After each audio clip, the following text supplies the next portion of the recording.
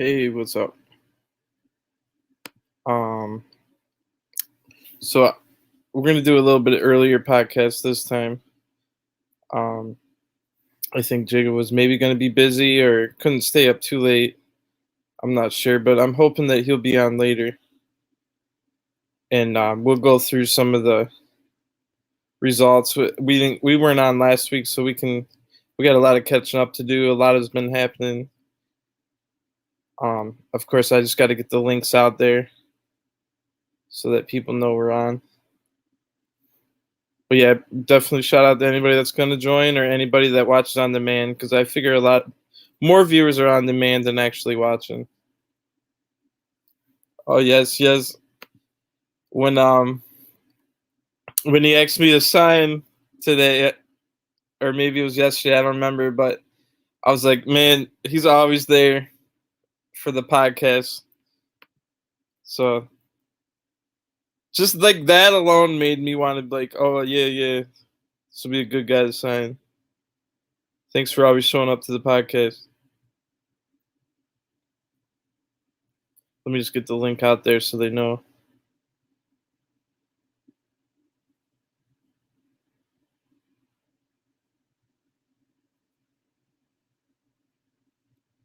And then we should have some guests on in a little bit.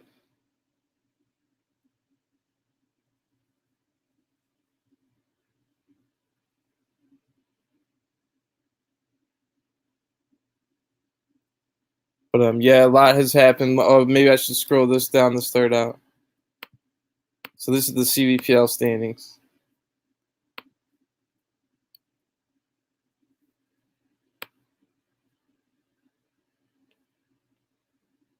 Been a pretty wild couple of weeks there since we last had the podcast. Let me the link one more time. All right, and then Jigga or Pro 5, they might be watching or whatever, but I'll send you a link pretty soon. Oh, what up, Greentown? Oh, we're in 7th right now, but wait till we get talking about Elite. There's a legit chance for top 5 again for Portland, but we'll get into that. I like to go from first down to last, or every now and then I guess we go from last to first. But let me just make sure. All right, yeah. So we should get some viewers while we go, and we should get guests later. There's a couple highlight videos I wanted to show, and I wanted to get through the standings a little bit first. If you're watching on demand and you don't care about the me going through the standings and the scores, then just keep scrolling through till you see like other people joining. There are two sides to this podcast. There's the side where we go through like the results and the standings and stuff, and then there's like the banter and the talking tactics, and then there's that kind of side. I found it was kind of hard to do both at the same time, so it is good to have them split up. But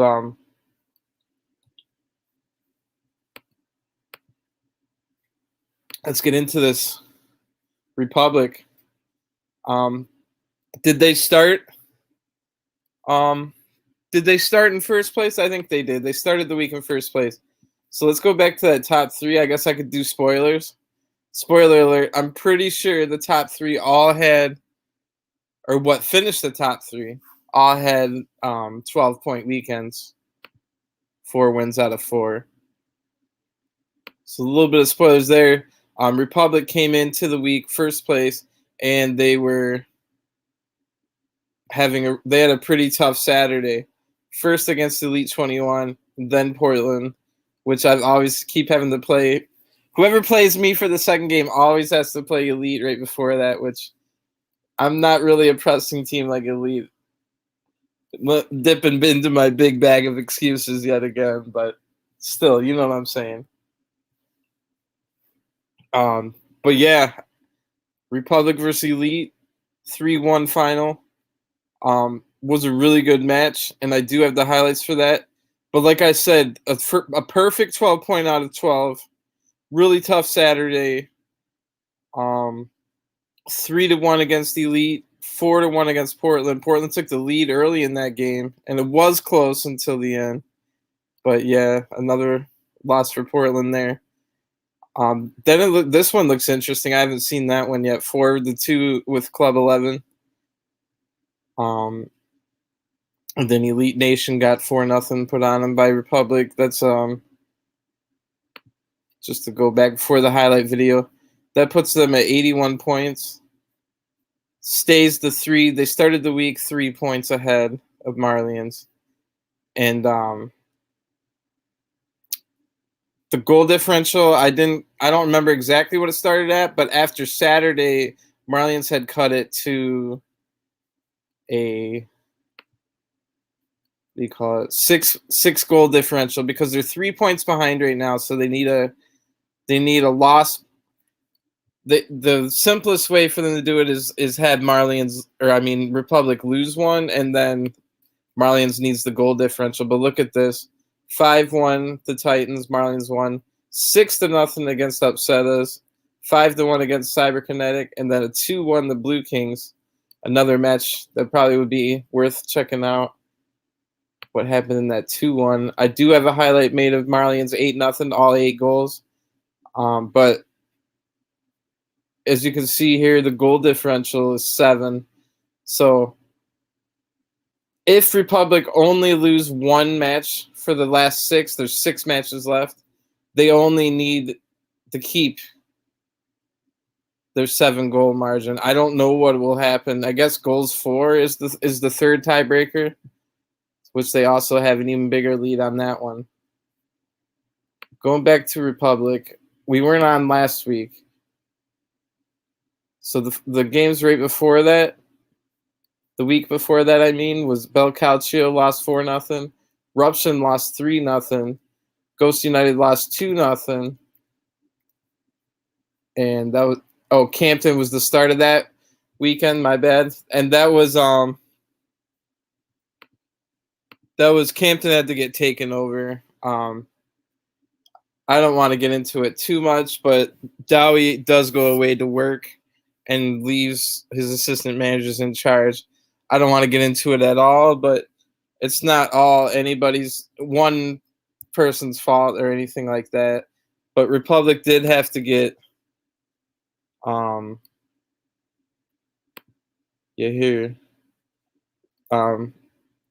so the Republic Academy took over Campton. They had to keep the Campton name, inherit their bad record. But that was their very first game. The Republic Academy had to play Republic and lost 4-1. So when we left off on the podcast, they had just beaten Republic. Had just beaten Orlando, and then crushed Old Harbor, but drew to Vikings, which is pretty big. So that made it so that it was that only 3-point margin now, of course, but you know what I mean. But since then, 2 perfect weekends, 8 wins in a row with a ton of goal differential. And let's go to that match versus Elite 21 highlights. And this one I actually had a Twitch stream of, which always gives me better quality when I record it. So let's check this out. This is so Elite 21's in white and Republic's in black. The only problem is with the Twitch, it kind of covers up the score, how much time is left. Like now you can see the time, but so that was the first goal. Let's see that again. Oh, that took me way ahead.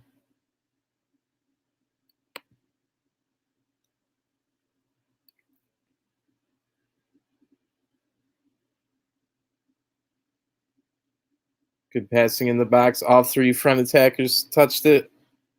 Quick passes. That's a good goal. This one, Blitz would yell at me if I didn't point this out. So a little bit later, Elite 21 tied it.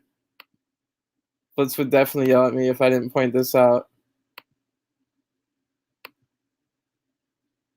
I got it a little bit late, but he sent me a photo. It was like clear offsides.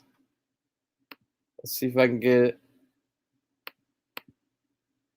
Yeah, I guess there's not enough frames, so this even see. But that one made it close again before halftime.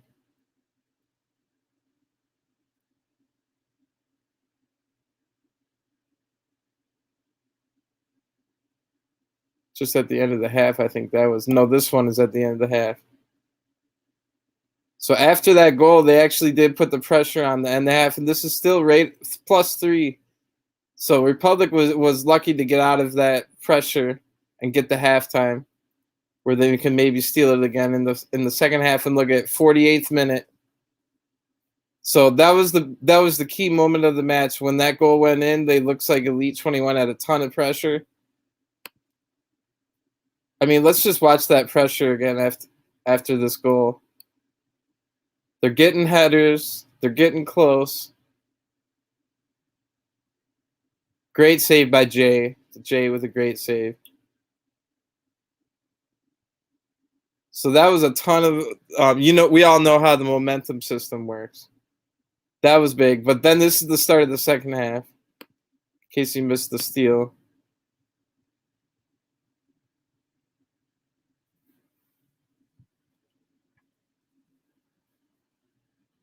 Big goal there. That's Jodinho, who I think it was just last week he had a game winner in the 90th or something like that. Something crazy. Definitely check out my highlight videos I make for the tournament, because that is on there. So, okay, I'm kind of talking about other things. This is the setup for the next move. So this one, Jodinho to Prince Mo, gets the header, goes wide. That's the setup for this next play. So, all right, they figured out that worked, but he didn't want to do the header. Just a little flip. See, that's an intelligent play. You could say, oh, yeah, that's a really cool move, and oh, man, like you're just doing skill moves, or maybe you got lucky. No, that's a smart move. The move before that, he got the header and it went wide. So what do? You get that chance like not too long later, and you make the adjustment.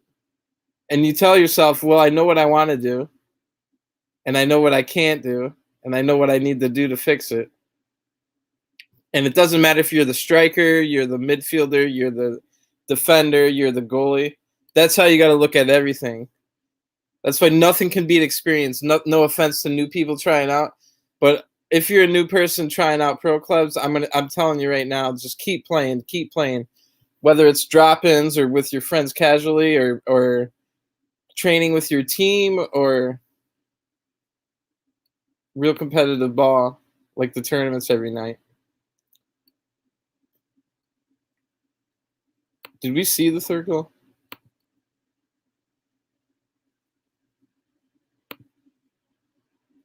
Oh, that was Mo's.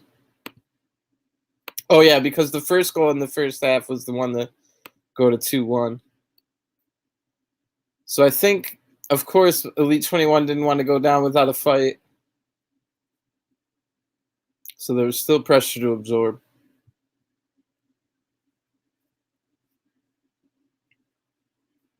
Yeah, but they closed it out. Republic, if you're just tuning in, with the perfect weekend, 2 weekends in a row after the loss or the tie to Vikings. So eight wins in a row for Republic.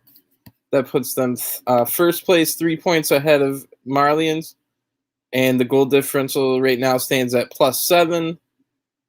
And the third would be, I have a feeling this could go down to the how many goals have been scored. I almost have a feeling not only going to be tied on points, but on goal differential. And it's going to be like one of the two teams is going to have 2 more goals scored than the other. That's just the feeling I get. So let's go to Marlins real quick. I did talk about them before, but it looks like we're getting more people on. Sorry, I wasn't ignoring this question earlier. Yeah, this is the last season for CVPL, since we didn't really want to do we would have had to split because with 20 teams there was no time to do everything. So I keep trying to post it, but remind me to post it again. We want people to sign up. We got Wags, the assistant manager of Elite 21, did a lot of work to make a nice database and a Google Doc where when you click the sign up, you say where you're currently living. So we're trying to do like it breaks down USA, Canada, and Jamaica into 4 different regions. And if we get a lot of signups like we're hoping for, there's 1,000 people in the server. You don't have to be signed to a team. It'll either be we're hoping it's not just a knockout tournament, but also if we do get like 32 different regions, which would be insane, then we could probably do a knockout tournament. I don't know if we would do it. I don't think it would be a one-night tournament. I think this is something we're trying to do during CVPL, normal time for CVPL, like the 2 matches a night deal. But it might be something where we only get like 10 teams signed up, so then we could do like kind of what ACL. I know what ACL D3 was this season, was just play everybody once, then go to a playoff. So this would be like kind of like a regional Gold Cup, but broken down into regions since we don't have a lot of countries and stuff. So I did talk about this earlier, but just a quick reminder: Marlins now knows that there's 6 games left. By the way, before the weekend started, there was 10. Marlins knows that they need Republic to lose once, and they have to make up some goal differential. So that's exactly what they did with the 5-1 win over Titans, 8-0 over Upsetters, 5-1 over Cyberkinetic, and then this is the one I think we should watch at some point. I want to see what happened in this 2-1, the Blue Kings, because they were just high flying. And then, of course, the weekend before that, since we weren't on the podcast, Marlins beat Club 11, 3-0, 3-2 over Elite Nation, 1-1 draw to Raptors. So that was a big result. I think that counteracts the draw that Republic had with Vikings 3 weeks ago. So that's the last time each of those teams, Marlins and Republic, dropped points was a draw. And then Gunners actually beat Marlins. So I jumped the gun. Yeah, too bad we didn't have a podcast last week.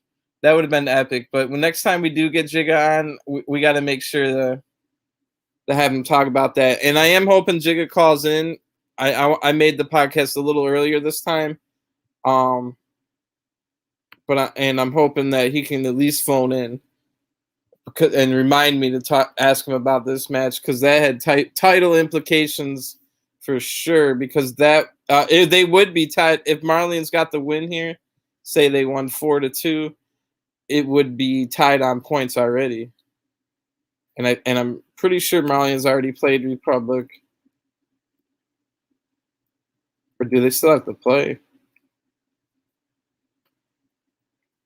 I'm pretty sure they don't, though. Yeah, they don't. But there is a Real Orlando match there. And the last match of the season, the Republic Academy, the Academy team to the team that might be facing them in the playoffs.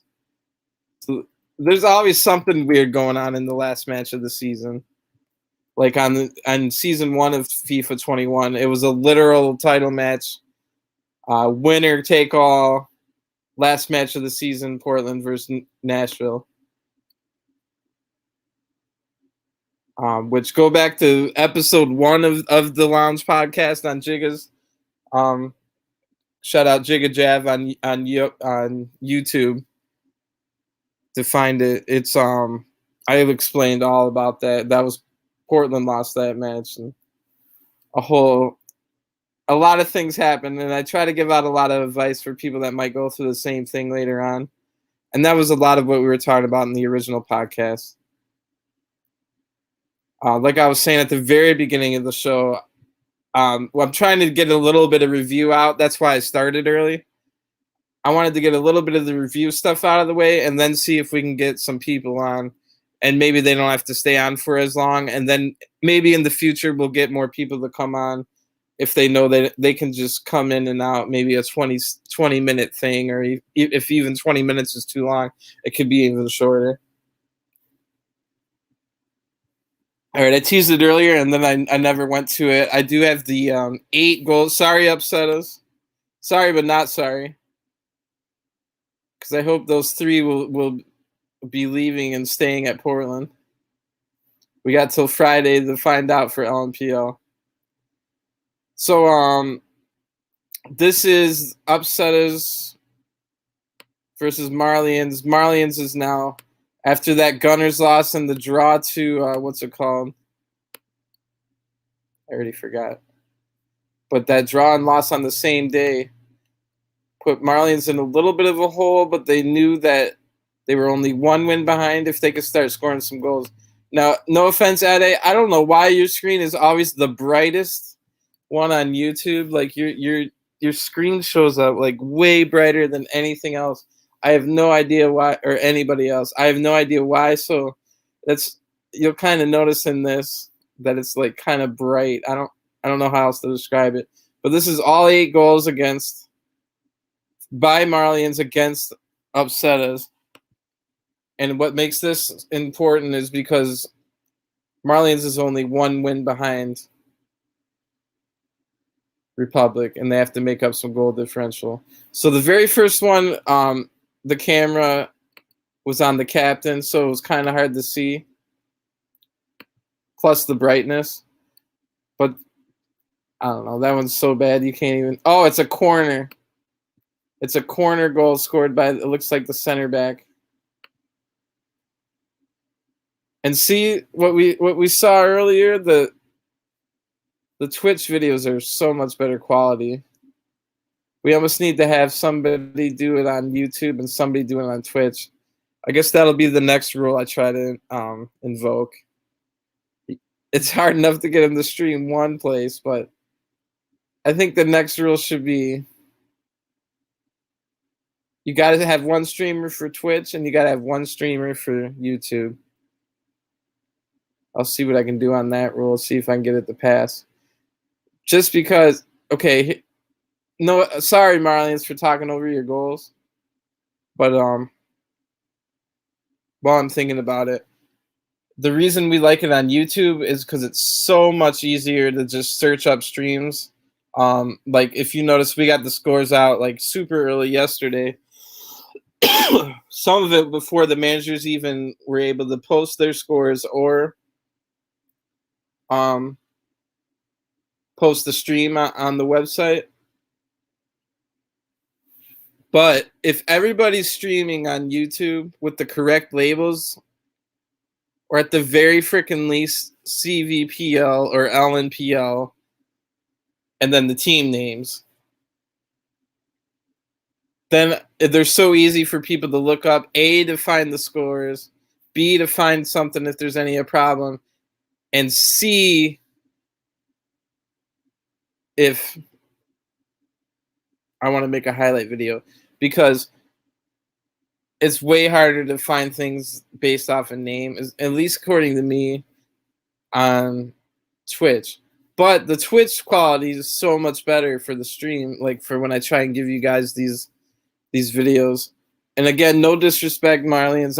I just wanted to get that out of the way. I didn't mean to talk over your goals.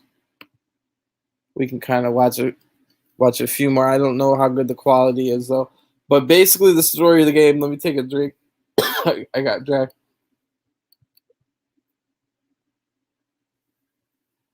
So, the big story of the match was this match anyway. Marlians got a corner goal, then a quick hat trick by Ade. Like I think we just saw the second one, which was a great goal, and I think this is this is only the second one. So then Ade put the ball in from outside the box, then got that, and then got this goal. I think a pass from Vassell. Or maybe a steal from Vassell. But all before you know it, They were up 4-0 with an Ade hat trick. That was in the first 15 minutes. So then it kind of settled down, but even before we got back to halftime, Viping Pro with a goal.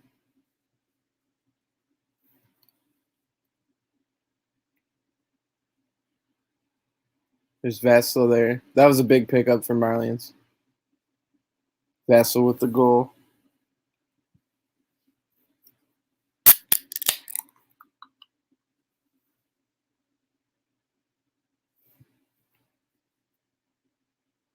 And this one is just unfortunate. Already down 6-0. God, man. I don't know who that was. I don't want to. I might have known who it was, but I don't want to call him out in case it was the wrong person. And then to finish it off, I'm not quite sure who that is, but great free kick. 8-0 final. So Marlins does not play Republic, so they can't directly get a loss on them. But they can hope they lose once and hope they can keep rolling through to get the goal differential. I wouldn't. Some people are going to laugh at this, but 10 points behind Real Orlando is not out of it. You never know what could happen. Let's look at Republic's schedule. 6 games left. J Raptors getting better throughout the season. Gunners did beat Marlins. Titans can always give you a good game. Upsettas can give you a good game. I think they're high on the table, 8th. Cyberkinetic can give you a good game. They just keep having problems with the. I saw Blitz with a funny joke. He's like, "I need you to beat Marlians, but make sure if you do, don't use an any, or make sure you stream if you have to, or stuff like that." That was pretty funny. Blue Kings, which we saw, Marlians only beat 1-2. So that's not an easy schedule. It's 0 top 5 teams, but it's also like people that could beat you. And then we did look at Marlion's schedule, but just to compare them while we're talking about them at the same time. I already remember theirs was tougher because it had a top 5 team. Real Orlando was one of them. Bel Calcio can give you a run. Galaxy is in 6, going for the top 5. Old Harbor, Vikings, who drew with Republic, and then that was the big storyline. The Academy, the big storyline. Oh, no problem. The big storyline is that Republic Academy plays Marlians on the last day of the season for the last game of the season, and it could potentially be title on the line. And it's the Republic Academy that could help out Republic, depending on what ends up happening. Now, Republic can make sure that match doesn't even matter, because all they need to do is win all 6 of their games. Republic win all 6, they're champions. And for the second straight year, it would be a brand new team to the league winning the title. And technically, I know Orlando was there a long time before that, but Orlando wasn't in the league the year before they won it.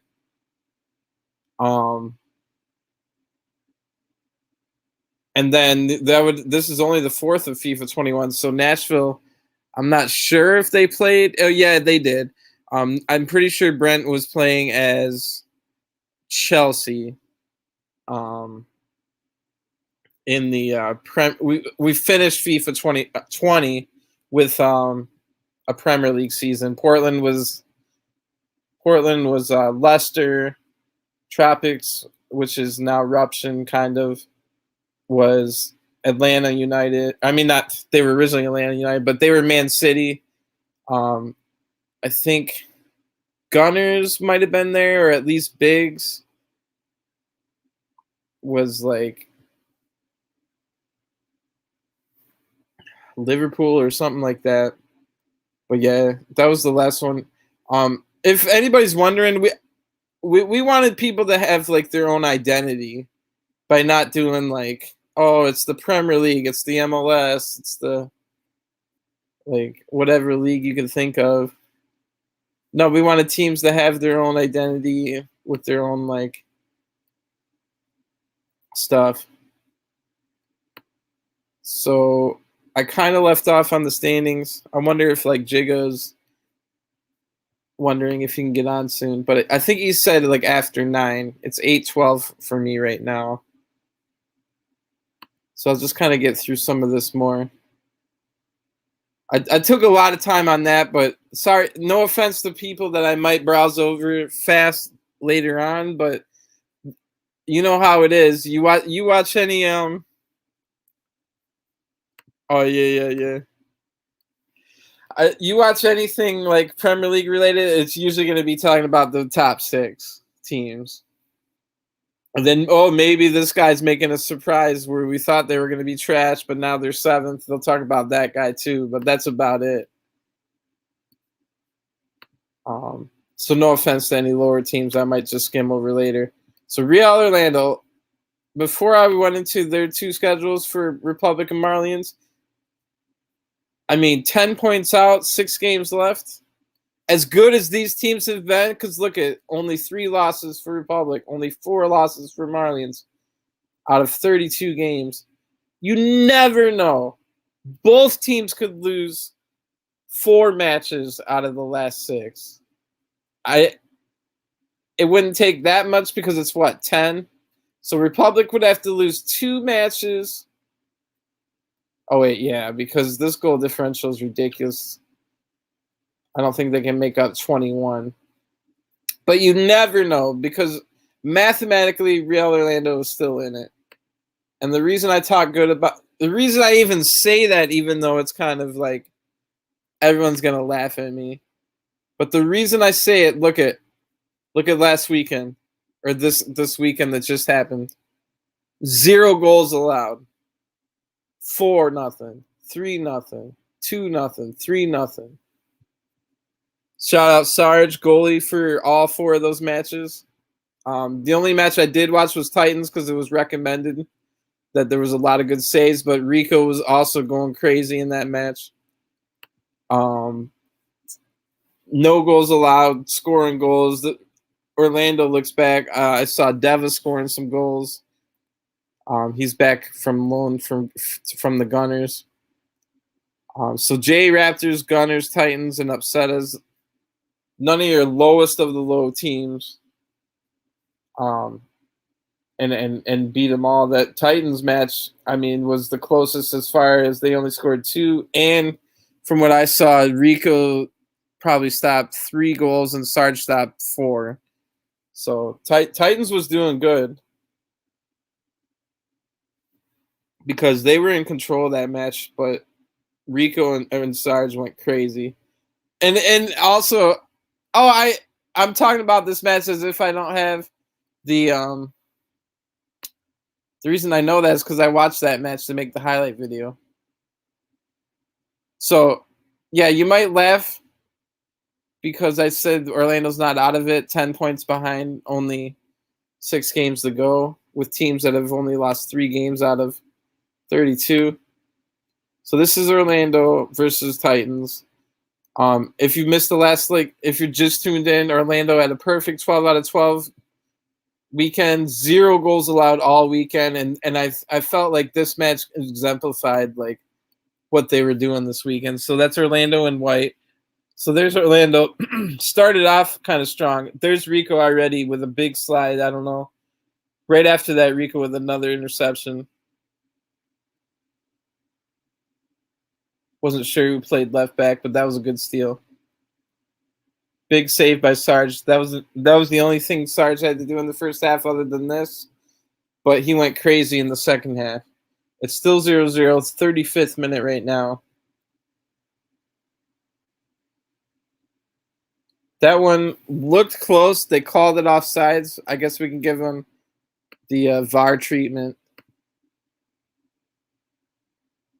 See, It's gonna be hard to find the exact spot.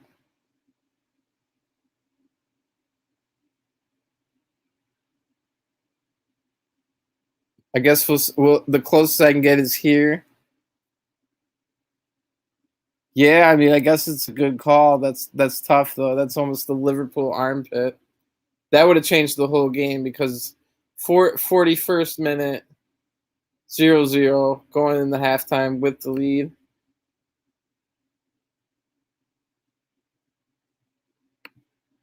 Okay, let me pause it here. So you saw what just happened. Oh, well, probably not, but it could happen. You never know. Exactly. So we saw that goal. Very tight offsides call. Very tight. And that was at the 41st minute. Here's the kickoff of the second half. Orlando doesn't even start with the ball. But if you played Orlando as many times as I have, you freaking dread when you're the home team. I mean, I guess no, it doesn't even freaking matter. Because look it. Because home team or away team doesn't even matter. Orlando didn't even start with the ball to start the half. But Orlando makes it a habit out of scoring at the beginning of the second half. They didn't even start with the ball this time.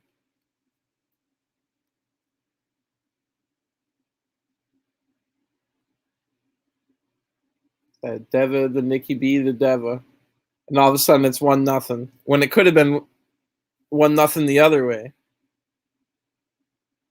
All right, so now is when Titans pretty much took over the match, but the defense / Sarge. So I guess it wasn't all just Sarge because that first one was the other center back. Again, apologies if I don't know who that was.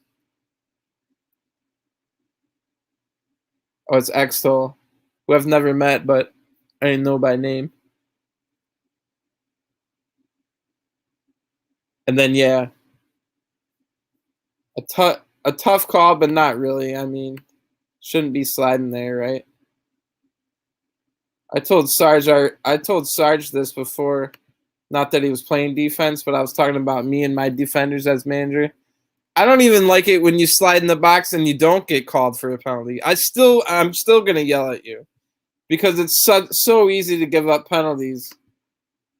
So I'm still gonna yell at you if you slide and you're successful and there's no call.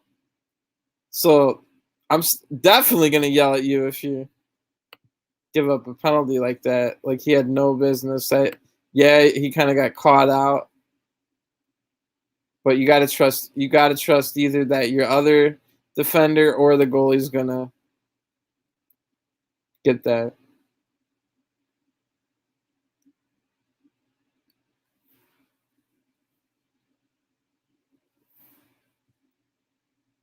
But it can be tough, heat of the moment stuff. And then a good goal there. So now 2-0. You think it'd be in the bag, but there was still a lot of good saves and defense to come. Yeah, we still have some good.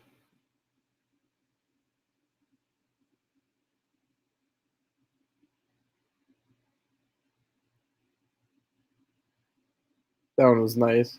You know how some goalies have that save with feet trait when you're playing like Ultimate Team and stuff?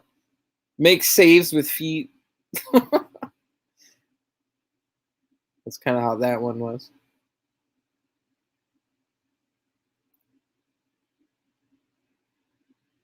Another huge save. And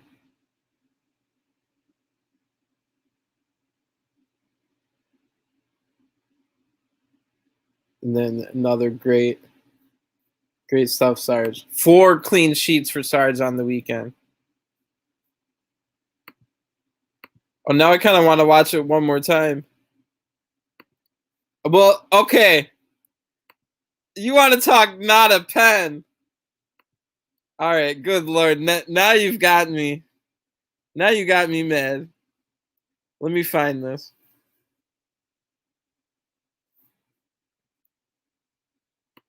You want to see how ridiculous? Oh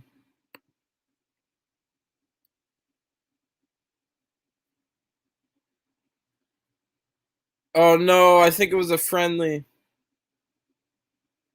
Never mind. Oh, wait, no, it was just this week.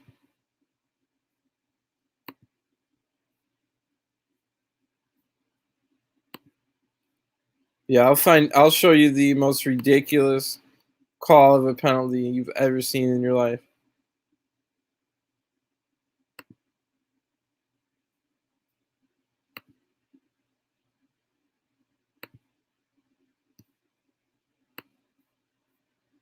And it happened in Republic versus Portland.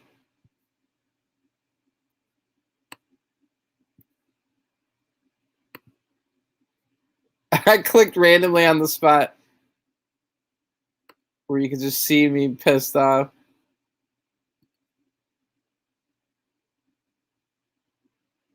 All right, here I am. Here's Mo.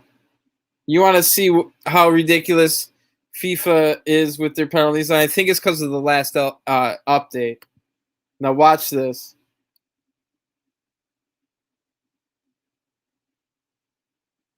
I got called for a penalty for a header. For a freaking header out of the box. Oops, I went way back. Watch this. How is this a penalty? Are you kidding me? Let me. If I put it in big screen, it'll probably be better.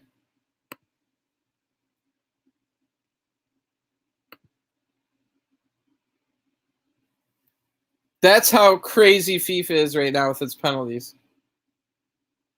That was a penalty. I couldn't believe it. I'll spare Mo the rest of this highlight. All right. Yeah. You know that. Just a little bit of preview of what else happened. Late Night League had their preseason tournament, and that was this weekend. So Nomads, a new team, also part of the RFC Academy, the Republic Academy, Torture Squad, Redemption Season, and Club 11 in one group. Top two advanced to the quarterfinals. This is something that we've always done at LMPL before the start of the season. And then we had Ruption and Real Orlando get out of a group that included JA Raptors and upset us. This X5LL6, you can almost kind of think of them as Beast 9 for the most part. And of course, Oscar left to go to that team, and we lost to him 4-0. Damn. Eternal Kimchi, I've heard great things. I played them 2 days in a row, lost to them both times, so they are a great team. They moved out of a group with me and Invaders. Ventures 11, Prince Mo taking over management, and a lot of people I know on that team, so wishing them well. They went through as well as Chem FC. A lot of people I know on Chem FC now too. Vikings ended up not getting through, and I think Plainville didn't make it, which was unfortunate. Oh, nice, yeah. Thank you, sir. Thank you.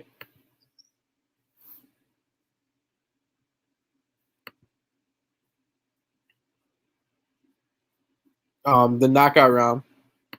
So the groups were in the Saturday. I guess that spoils it, but let me go back. Spoiler alert. So then Nomads made it through against Real Orlando, which was, I mean, kind of surprising. Although Orlando, I'm not quite sure what their lineup looks like for LMPL. I know it's different than the CBPL one. The X5LL6 was kind of like Beast 9. Ended up losing, which was I was shocked about this one. Chem FC 2-0. Torture Squad just absolutely going ham on Eruption. I don't know what that'd be a stream we should look up. Oh yeah, Jay was getting all kinds of awards when he was on Portland. He's still getting a few awards, but he could be doing better. Shouldn't have left. But yeah, I don't want to say too much, but we try and run a Burnley style of let them have bad shot opportunities kind of deal. But I already said too much. All right, then like basically, I don't know. If you had asked me, I would have said every single one of these would have been opposite. I would have said Orlando would have beat Nomads. I would have said X5LL. 6 would have beat Chem. I would have said Ruption beats Torcha, and I would have said Ventures beats Kimchi. I think that went all the way to a shootout. So 0-0, which keep that 0-0 go to a shootout in mind.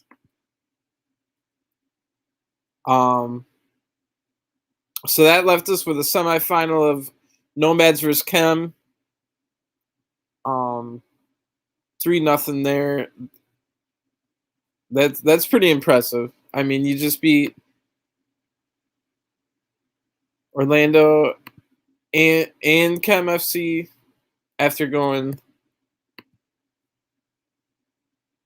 2-1-0. So Nomads beat Club 11. They beat Torture Squad 1-0 on Saturday. And then Redemption Season got him with the draw. Shout out Redemption Season. Shout out X Button. Went back to Redemption Season. If you're someone that tunes into the podcast, you'll remember the Redemption Season podcast where we had Johnny Guzum and Mark Shields on. And I had to tell them, oh, man, like they were all talking highly about their captain, which, yeah, I can see why he's a great guy. X Button. And I'm like typing over, Lavish, should I tell him? And Lavish texted me in the chat, the one that like you can see right now over here, like these chat things.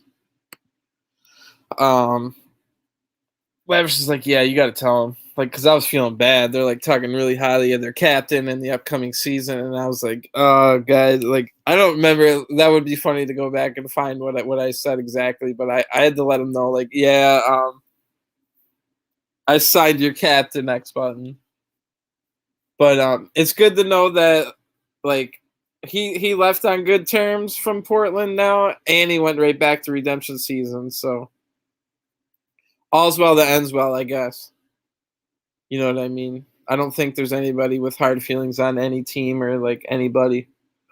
But good to see him get a draw over Nomads here. 3-0 to Club 11, and then kept it close with Torture Squad 2-1. But going back to the the other semifinal. So Eternal Kimchi playing some good defense, it looks like. 1-0 over Ventures 11, and then 1-0 lost to Torture Squad, who, as we saw, won some other close games. That left the final, if you remember saying 0-0 to a penalty shootout earlier, then this is what I was talking about. The finals was also that. I do have the penalty shootout as, so yeah, shout out Torture Squad, the original. Here, I'll just go read you because you guys definitely got to follow me on Twitter, and then you can find all the other leagues and teams as well as I tag them. You can find me at Kyle is wonderful with those underscores. Kyle underscore is underscore the number 1 DERFUL. Because I retweet every one of these highlight videos I make. So let me go back. So this is Torture Squad in white.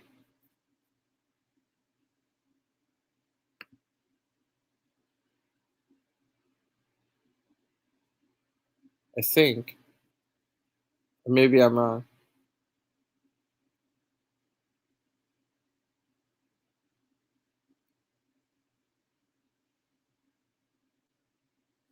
So both missed their first shot, and I'm pretty sure it's Torch. Yeah, because it's Nomads FC in red.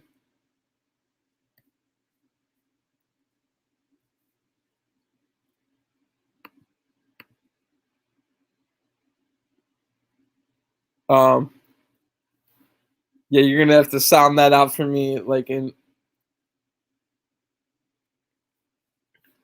Cause I don't even know how to pronounce that from. X call is what I was saying. Oh yeah, Eternal. I haven't scored on them in 2 matches that I've played against them so far.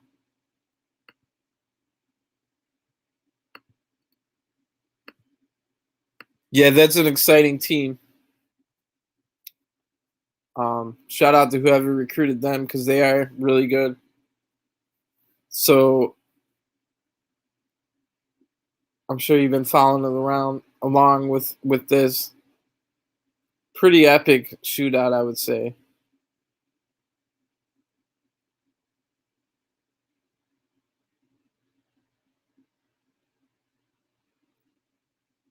Big goal there. Because as you already saw who the winner was, this is the end of it right here. And you'll see a couple of replays. That was a good save. Because you always know no matter what, the advantage goes to the. Okay, cool. It was X call, I think is what I said.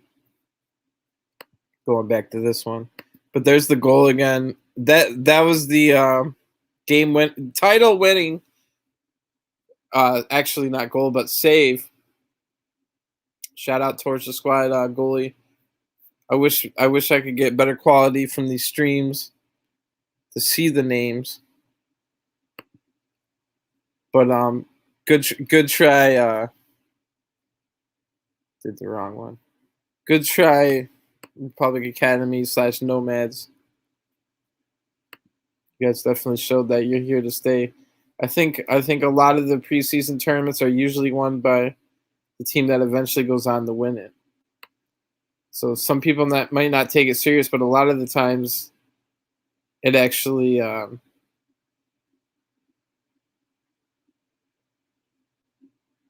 do you call it? It does kind of show who's going to win. Now, before I invite anybody on, because I told a few people I wanted to get some of my highlight videos out of the way because it's even worse quality. I want to show them maybe at least a couple of these tournament videos. Oh wait, no, I probably should have read that.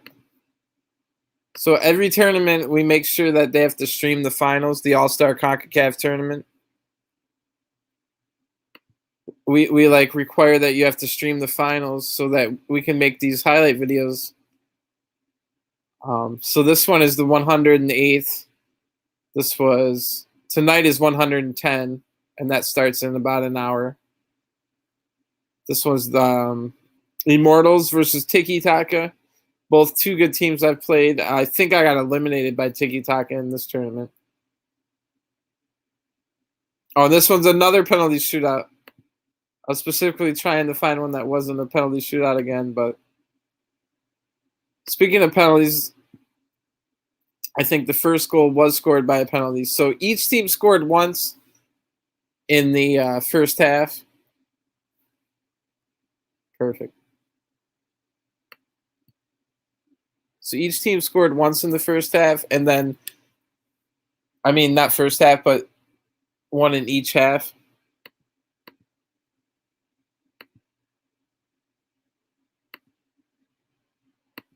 All we wanted to see was how he gave up the penalty. I guess it'll remain a mystery. And now it's got terrible quality.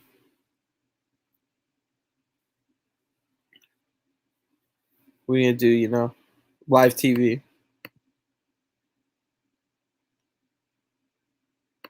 Oh yeah, definitely watch on demand.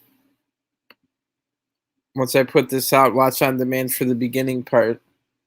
I go in depth with the Republic, Marlins, and even I said Orlando.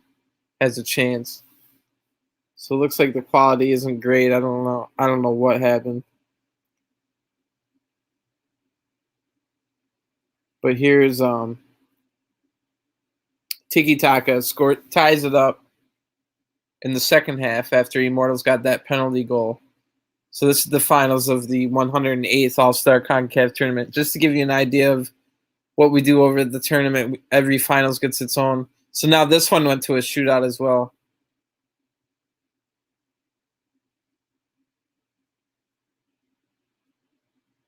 And while this is going on, maybe I'm gonna get out that link, see if we can get some guests on. Because I noticed before when I get the guests on, the stream quality of the highlight videos is way worse than usual. So again, this is Immortals in white, and Tiki Taka in the black and red. Hate to do it to you, Immortals. That was a tough loss. And I show not only one, not two, but three replays of that missed penalty at the end, even though two other people missed.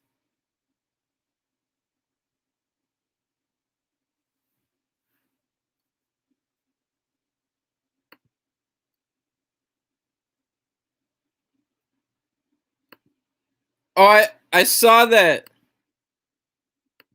I saw that because I was like, how did I see the arrow twice? I was like, how did I see like the target thing twice? That was weird. Oh, you lagged out. Yeah, I didn't notice that. The same second half where you guys didn't score at all. That's tough.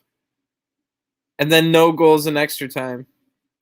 So that was one of the All-Star CONCACAF tournament. Congratulations, Tiki Taka.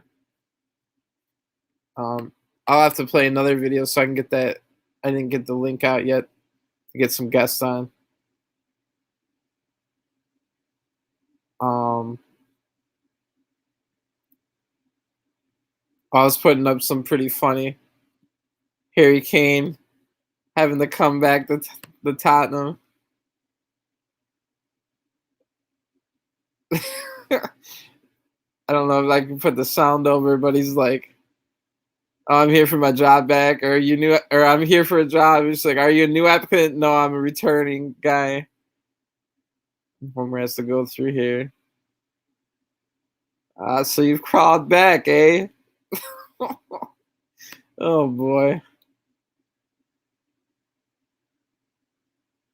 So yeah, we also get in Division 2 out August 21st. We had more people than we could fit into getting and we're not quite sure if we're going to keep with the top two promoted because we only had to make the Division 2 so we can finish in time for FIFA 20 to come out.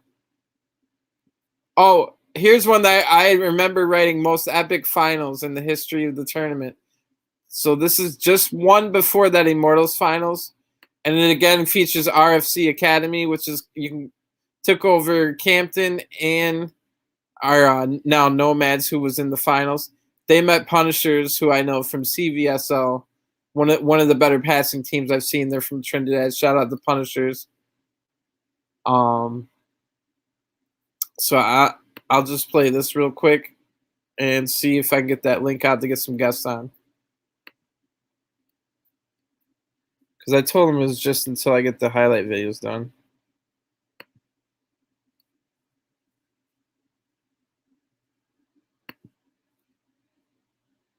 It's Punishers in red and RFC Academy in white, by the way. Sorry.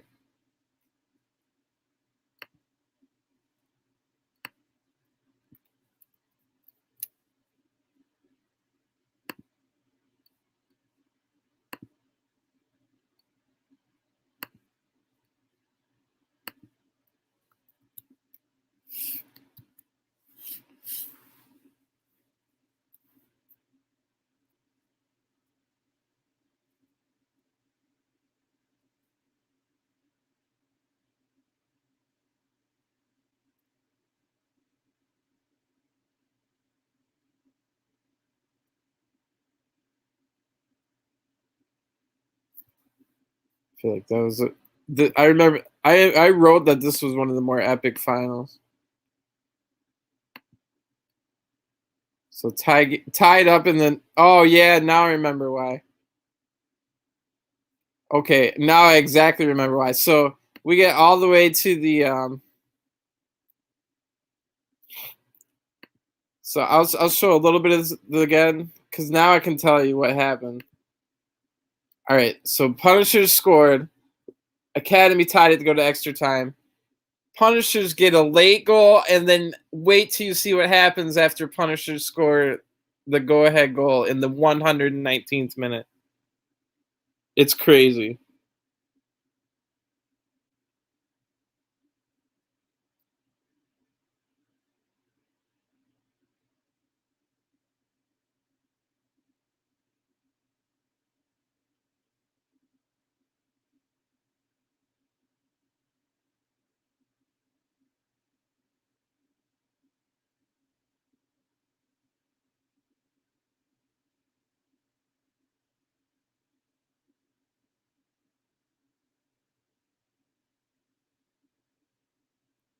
All right, so I sent the link out to a few people.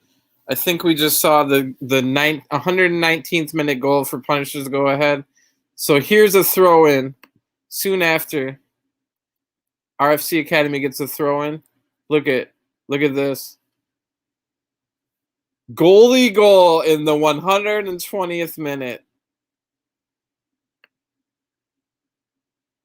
It's 119th. You just went down in the finals of the All-Star CONCACAF tournament. Goalie goal to win it. Or not win it. Spoiler alert. That was the go into PKs. And yet another All-Star CONCACAF tournament going to a PK. So this time I'm going to go to the bathroom, grab some more beer, and then hopefully we can get some guests on. But this, I can't believe that goalie goal.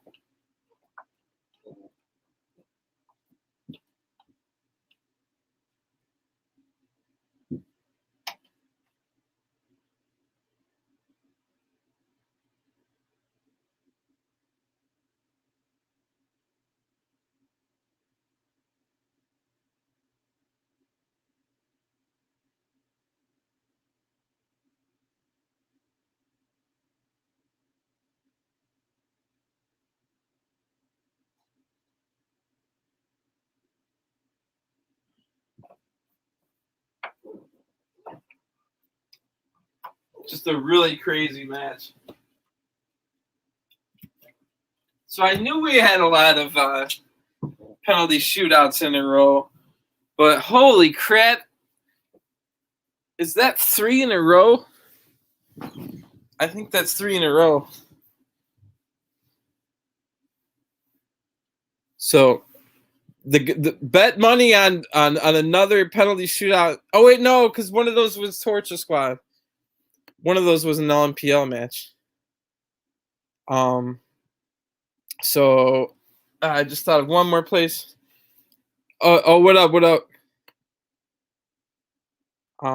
Deva, I think I sent the link out if anyone wants to join from LMPL. On free, thanks for the trial.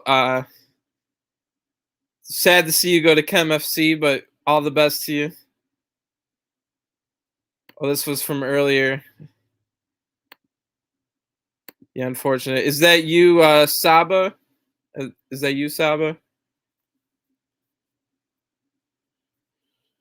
Alrighty. So I thought of one more place to maybe get some guests on. And if anybody you want to be a guest, let me know.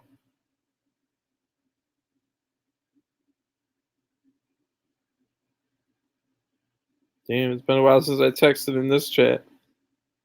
But this is a goated chat. If anybody from this chat joins, you know it's going to be a good show. Although I hope it already has been. So while we wait for them, because all I told them was that I wanted to get the highlight videos out of the way before I get guests on, because the quality is so much worse once I have other people on the stream. So again, Kyle underspace is underspace the number 1 DERFUL. Kyle is wonderful.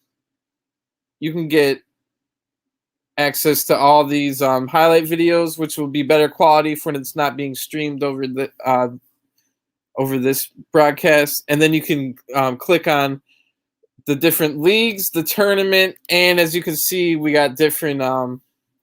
We keep trying to get people to get on Twitter as well. Like I have my own Portland United Twitter. Shout out JA Raptors. They run a pretty nice Twitter themselves, where they do a lot of promotion for their Raptors Super Cup on Friday nights.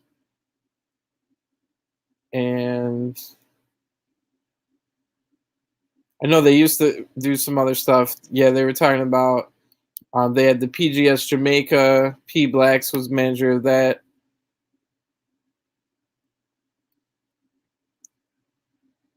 But I know at a point they were, oh yeah, they also won CVSL D2.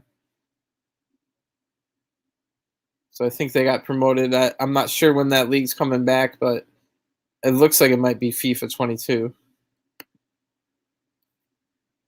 So we left off talking about what up, Mo? What up? You can join if you want. I got all the highlight videos out of the way, and I'm hoping to get at least Jigga on telephone, if not on the actual stream. And I did go through the LMPL. I did. If you might have missed. Wait, I was about to say something nice to you, and then he goes and says that. In relegation of what? Let me know. Just when I was trying to be nice to you. But I did talk about you earlier, and I showed the Twitter highlight. But now I'm going to go back. We left off on the top 3 of CVPL, and I said Real Orlando still had a chance. Oh, here. Are you Saba? Like, who is that? JWB? Figured it was one of the two of you. All right, here we go. Yeah, you didn't answer me earlier, so it's Saba Mo. If you're asking for contracts, like you got to know who you are.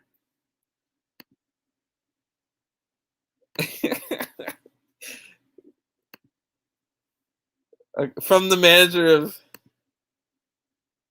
Come on, bro. All right, yeah, I got you. Oh yeah, I do have. I grabbed 2 while I was up, so here's the other one. Mo, you just took over manager. Now you're looking to get out. That's shady. That's shady business. All right. So I said Real Orlando has a chance, but a small one. Ruption, they're probably out of it, but they did overtake Elite 21 to go in the 4th place this weekend. And that is because they beat Elite 21. So right after Elite 21 lost to Republic, my bad. Elite 21 also lost to Ruption.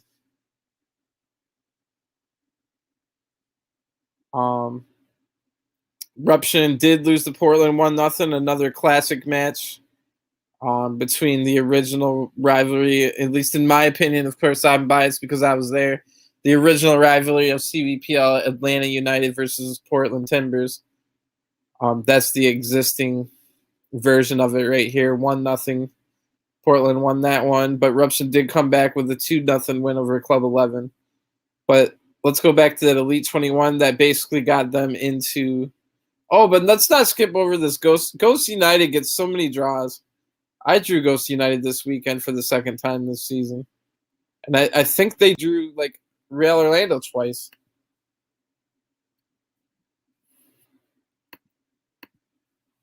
Oh, yeah. Both of you were on Portland for a little bit, or Mo a lot longer, but you guys never crossed paths.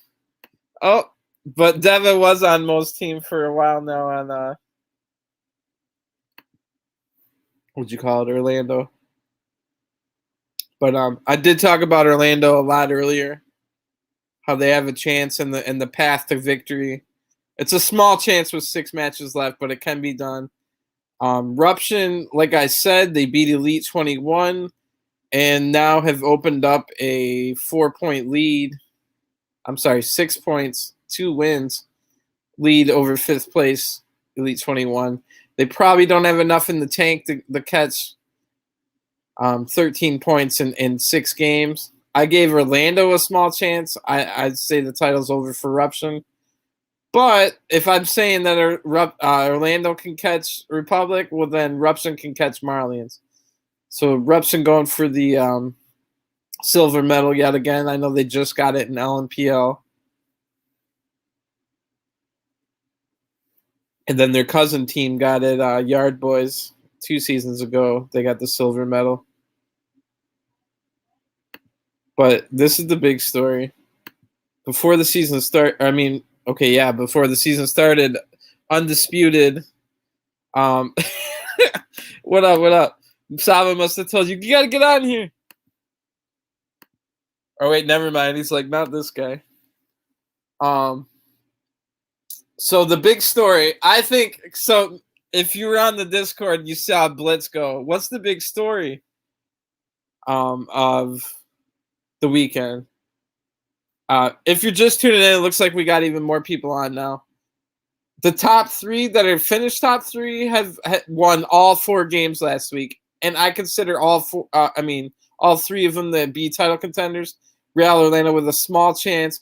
Marlins needs Republic to lose one of their last 3 matches before and get their goal differential, but that's not out of the question. Anything can happen in 6 matches, to the point where I'm saying Orlando still has a chance. Eruption has a chance to get second place. Beat Elite 21. Biggest story of the weekend. Elite 21, defending champions. They won the new team tournament last year before entering last season for the first time, just blew everybody else out of the water. Then they just went through the entire season like it was nothing, like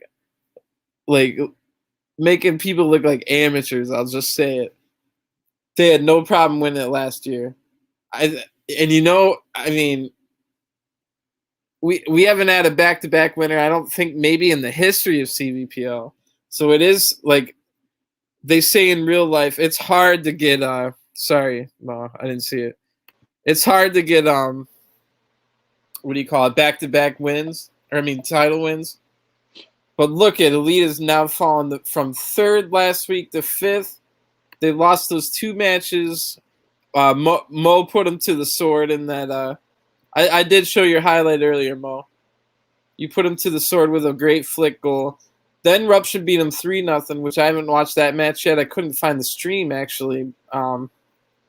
Which, yeah, you guys got to stream those games so we can make highlights. But then they didn't show up Sunday, the day after that. Now, it could just be coincidence that they lost 2 matches before that.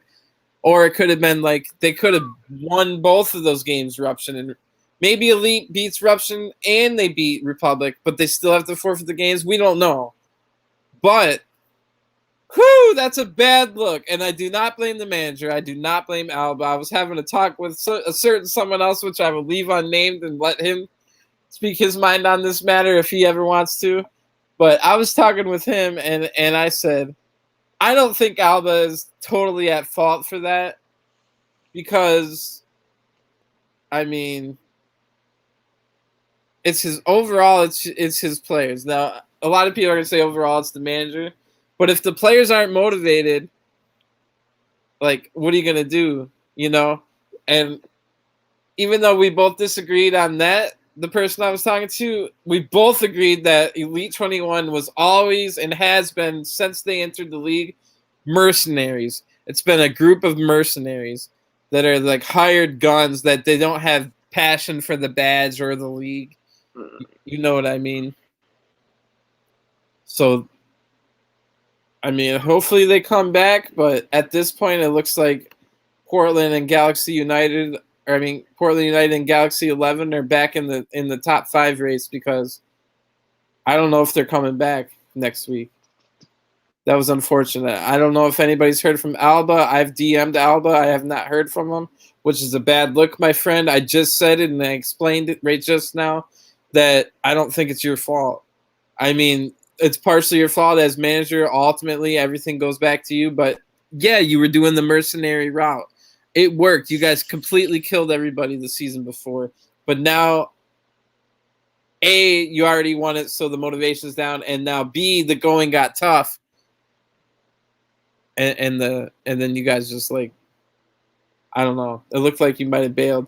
So it looks like Galaxy and Portland United are back in the hunt for the top 5, which is interesting. The next game for Portland United is against Elite 21, and I'm hoping I get to play that game. I don't want a free win. I don't want to work all week in these tournaments preparing for a league where I can just get a free win and not even play at all. So hopefully Elite 21 comes back. Hopefully nothing's wrong with Alba. I don't know why he didn't DM me back, or he didn't say anything out in public. He didn't even say that he wasn't going to play those games out in public. I had to go to each individual manager and ask them, because he must have at the very least DM'd the 2 managers. So at the very least he did that. What up, Mo? What's up, bro? What do you think about all that? About what? What I just said. Oh, Elite? Kind of looks shady when you lost 2 matches in a row and then you just don't show up. No, but didn't they? They didn't win a game this weekend, right? Well, no, they lost 2 and then they forfeited 2. Yeah. And since we didn't do a podcast the week before, what was their week before? Like, woo! No, this isn't your daddy's Campton. This is the new Campton from Republic Academy. But I don't even remember that. Shout out Republic Academy for the 1-1 draw with Elite. They did beat Vikings. They did beat Old Harbor, but they drew with Orlando. So last weekend they had 2 draws, Mo, and 2 wins. This weekend they started with 2 losses and then didn't show up. Like I said, anything could happen. It's could just be people were going to parties and stuff, you know. But I guess I'll drop the subject. I said everything that I could be said. Yep. Yes, sir. Jigga would have went harder though if he was here. Yo, what's up, Joe? Oh yeah, shout out. Was that Joe Dino?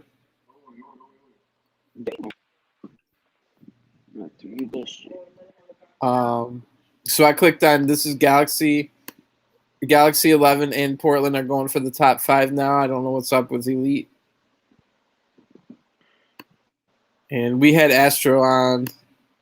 Oh, wait, no, not Astro. I get them mixed up. So apologies. Because we had you guys on back to back. We had Dylan Taylor on for Galaxy, and I think what we were talking about earlier with Towards the Squad Champions, I think that's kind of like a Galaxy Towards the Squad combination, because Galaxy is not in LMPL next season, but there is Towards the Squad. So it looks like they've been doing some good things. They did start the weekend out with a 1-0 loss to Gunners. It looks like Gunners are improving, and I'm seeing them in the tournament more often, which means they're training harder and all that.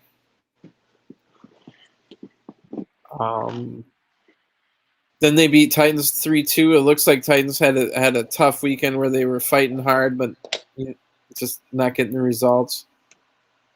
Then this was a big one. At the time, it was 6 versus 7. And I liked this score, seeing I was number 8 at the time, though. And they drew number 6 and number 7, 0-0.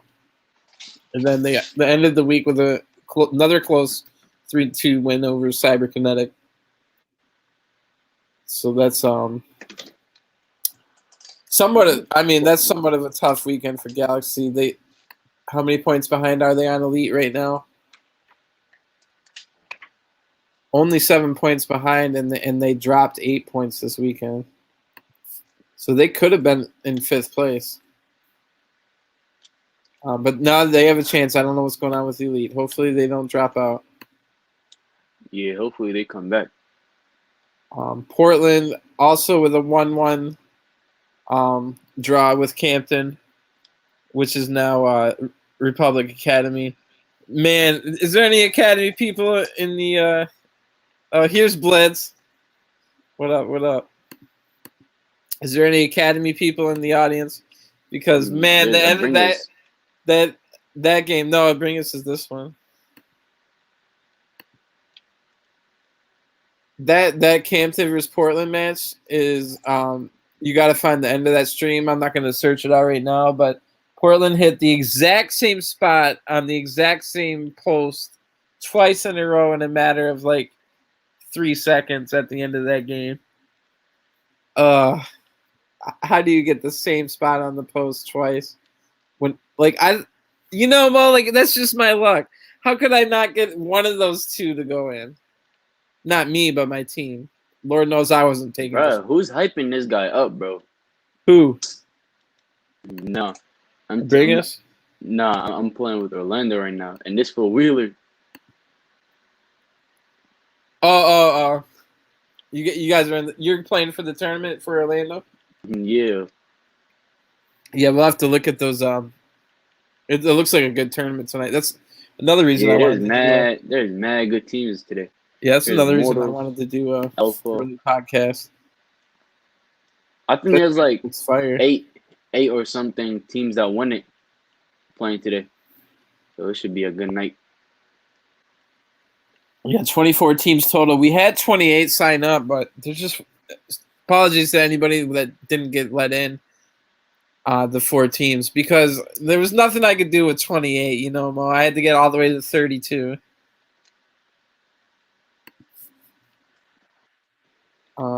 So this is Portland, and we did move from 8th to 7th. Oh, funny you're here because I played you this weekend though. It was 1-0 early to Portland. I forget how we scored, and the reason this weekend was so bad for me, bro. I only scored 3 goals. Well, you had a golazo, like the put Elite 21 to the sword, and then you only scored the 1 against Portland. It was the penalty kick, the second chance. Yeah. Oh, I did show the penalty I gave up to you, but I cut off the video real quick to not show you the penalty. I'm not gonna lie, that first penalty that I got, that was a bullshit penalty. It should have never been a penalty. Well, that's why I showed it. It was the worst penalty I've ever seen called. I don't even know what happened till the replay happened. And look, nothing. Even some of the team was like, that should never be a penalty. Oh yeah. It is ridiculous. So definitely go back in the podcast and find it if you're wondering. But 1-0, we went up early. A couple shit happened. It was closer than 4-1, but in the end of the day, it was 4-1. Which I talked a lot about Republic at the beginning, so definitely check that out too on demand. But then we did get the big 1-0 win over kind of Atlanta United Portland Timbers rivalry. And then another damn draw. This Ghost United team draws everybody, man. My second 0-0 draw to Ghost United of the season. So that's what my 5 point weekend, which included a top 4 win, but still only 5 points out of 12, was enough to get me from 8th to 7th. Y'all got a ball out this weekend. Yeah, and especially now that we know that Elite 21's on the ropes, I'm only 11 points behind them with 6 games to go, and if they stop showing up, then all I got to do is catch Galaxy for top 5. So that gives me motivation. I mean, it is what it is.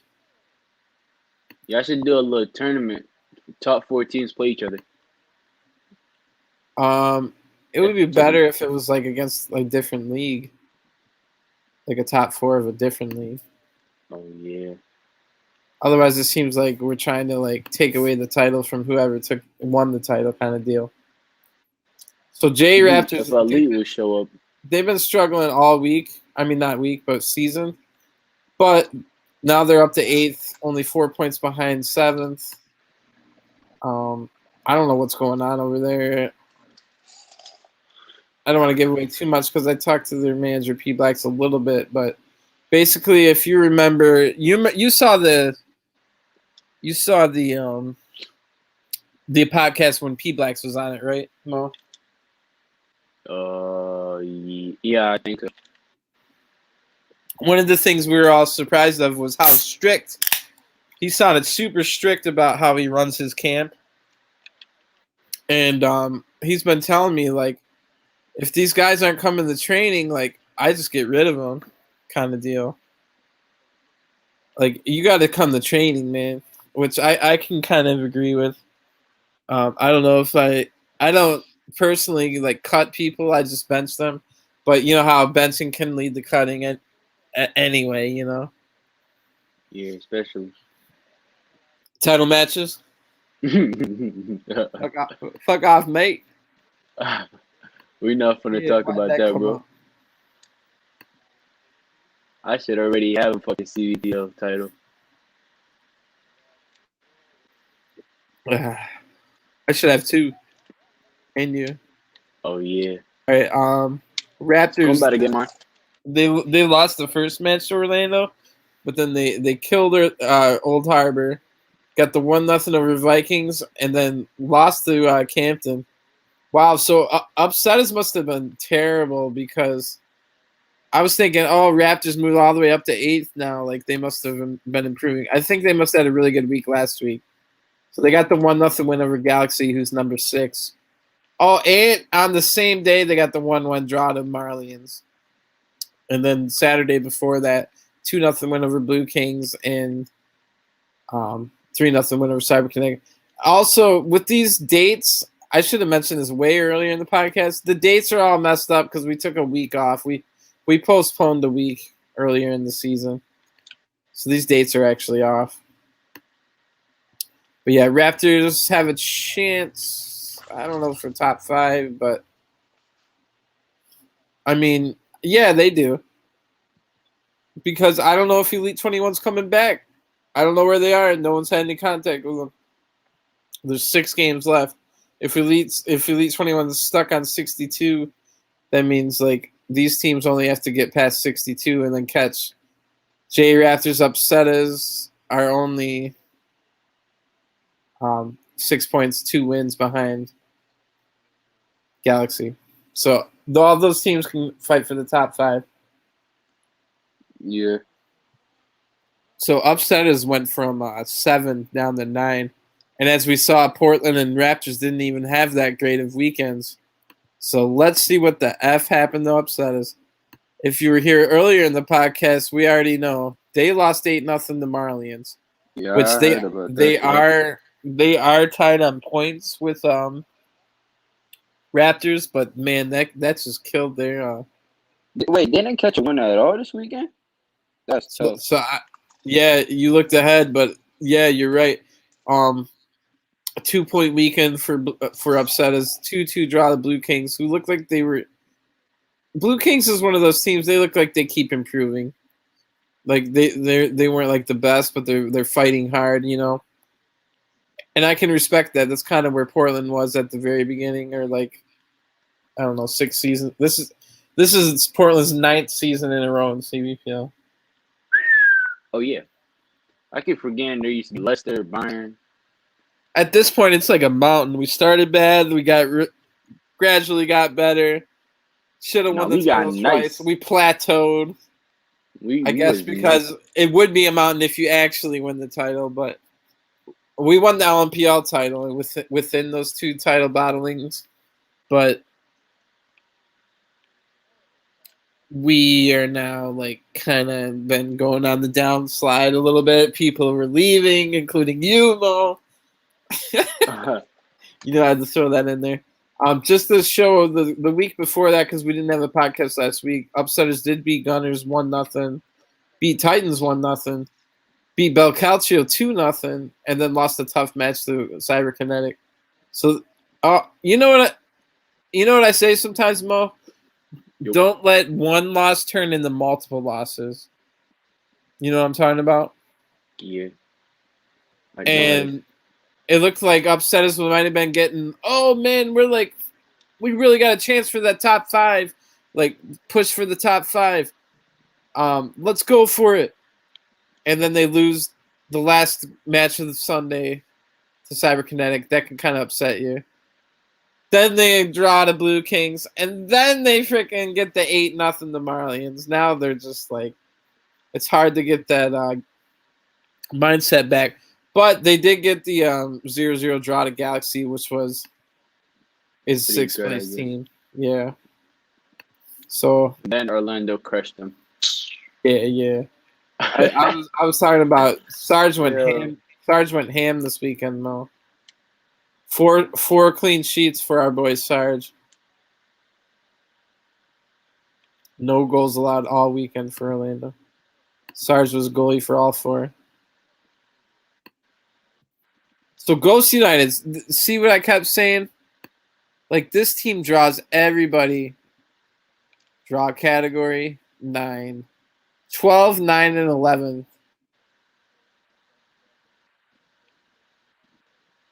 Which is they can't get top 5 now. They can try and get a respectable finish. Ghost United, which was International X, and then it was what do you call it? Statesman U. 3 names in 3 weeks. So they actually started the weekend with a 1-1 draw to Eruption.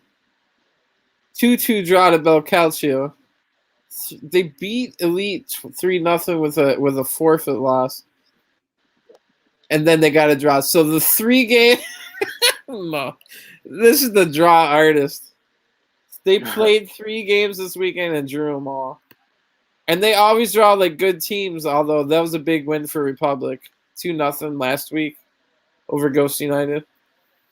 That's a trap game where you might get a draw.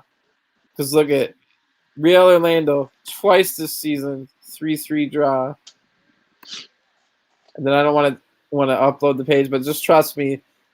Orlando had 2 3-3 draws with Ghost United this year, and Portland had 2 0-0 draws with Ghost United. They are the draw merchants. Those offense is sneaky. I got 2 0-0 draws versus them.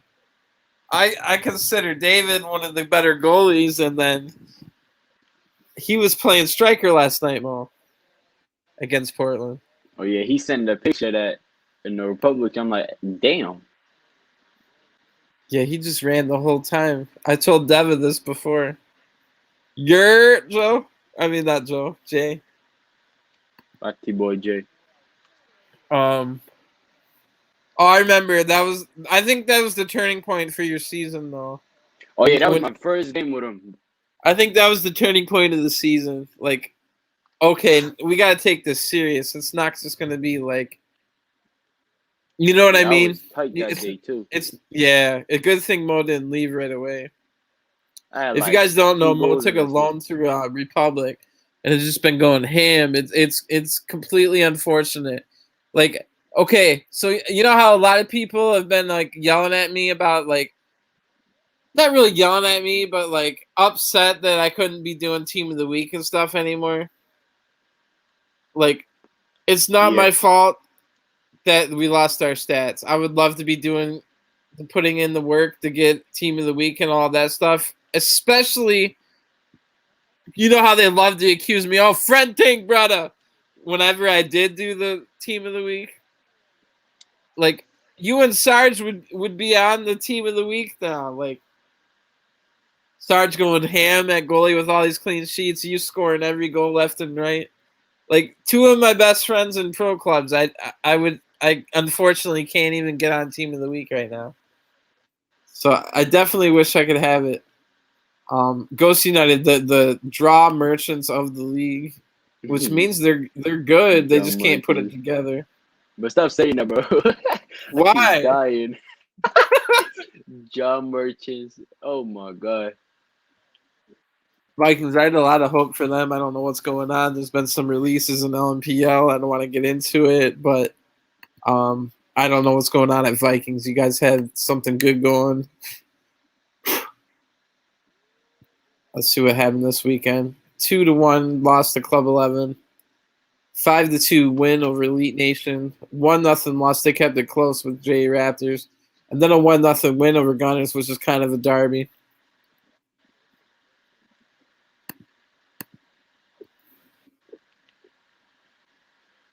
Who's JW behind? Are you on Raptors right now?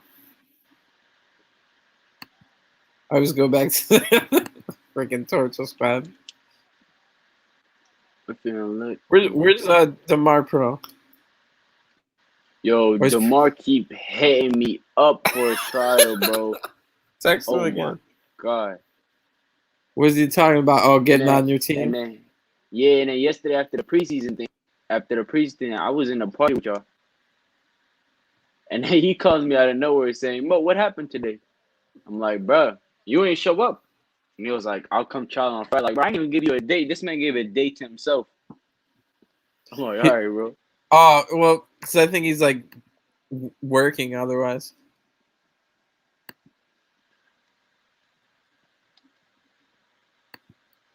But but DeMar's a cool guy. Oh yeah, so hopefully he can get on. I don't know what's going on at Vikings. Like I said, I want to get into it. There's been some releases in LMPO. I hope everything's all right. Because you guys had a good thing going.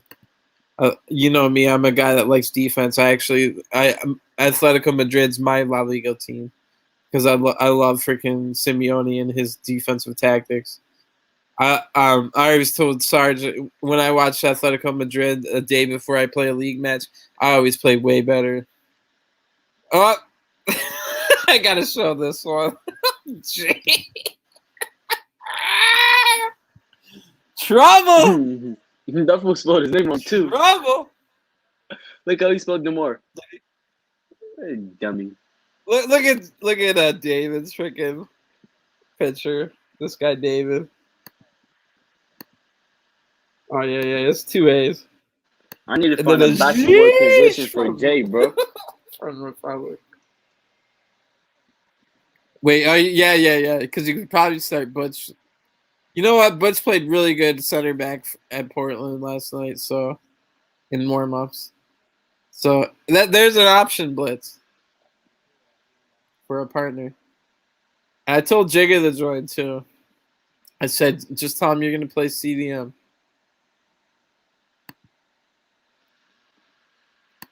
You can switch on and off with Blas. So who Bel Calcio. Oh, that's a tough loss to Cyberkinetic 2-1. And then of course the draw merchants, Mo. Again, golly. I had to say it because it came up again right a fucking way. Bel Calcio then won 3-1 over Blue Kings and then finished with that forfeit win over Elite 21. So that's what a 7-point week. They'll probably be kicking themselves over that Cyberkinetic match. Let's take a quick look. Let's look at the fixtures for the weekend. Or you already showed it? I did for the big teams. I can go over it again. I kind of go quicker through these teams as the further down on the table. Oh, here's some info on the. Thanks for that picture again, David. What's it called? The draw merchants. They were up 2-0 against Bel Calcio, and then the defense sold. Were you playing goalie or striker? Because man, you were playing striker last night. That was so weird. Who did we leave off on? Well, CyberConnect. We saw they played Bel Calcio first of all with the 2-1 win. Then they took a 4-0 the Blue Kings. Damn, Mo. I mean, no offense to Blue Kings, but usually when Blue Kings win, it's like 2-1. You know what I mean? Yeah. They're not a team to blow people out. If you want to tell them these last two matches up top, Mo, I got to blow my nose real quick. What two matches? Galaxy and then 5-1 Marlins killed them. Oh my god. Yo, Marlins going ham, bro. But that's what I like about Marlins. That's what I like about Marlins, bro. Even like for other teams, if a team has a 3-0 lead up, they just start fucking around and doing all this extra shit. Like not want to score no more. But with Marlins, bro, they just go goal after goal after goal. True, you're right. Like you should see our Republic, bro. And Republic, we be leading 4-1, 3-0. We can score 3-0 in the first half. Second half, we can score nothing. Nothing. I got And I've you seen beat that a on that lot. with Portland, bro, because twice this season, one in LMPL, one in CBPL, we go up 2-0 early on Campton, the original Campton, and just start laughing, gee gee gee ga ga ga, all the way through the fucking rest of the game. One game Oh finished my 2-1, and the other one finished 2-0. No offense to Campton, of course, but those are games where you should be winning 6-0, 6-3 at the very worst. Yeah, man. Captain keep doing this, bro. They show up this season, don't even want to play. And then last season they were pretty decent, weren't they? Here, let me take the headphones off. But I will while I grab a beer. But I'll talk about it. Decent's kind of strong, but they have a solid foundation always. Like they finally, if you remember their first year in the league, they had to rotate about 50 players because everyone would leave and stuff. Yeah, I remember. But then they kind of found a solid core. But no, they just couldn't get it together, and I've heard some stuff. I don't want to get into it, but it's not all one person's fault. Basically, it was a good try.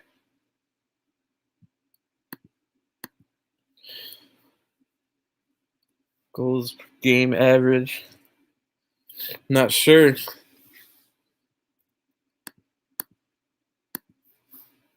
I think there is. I think we can look at a little bit of the history, but I'll have to ask a couple of people and see if we can find some more history. That's where we leave off. Gunners.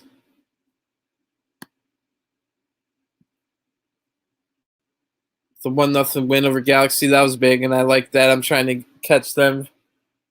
At this point, I said earlier, Blitz, that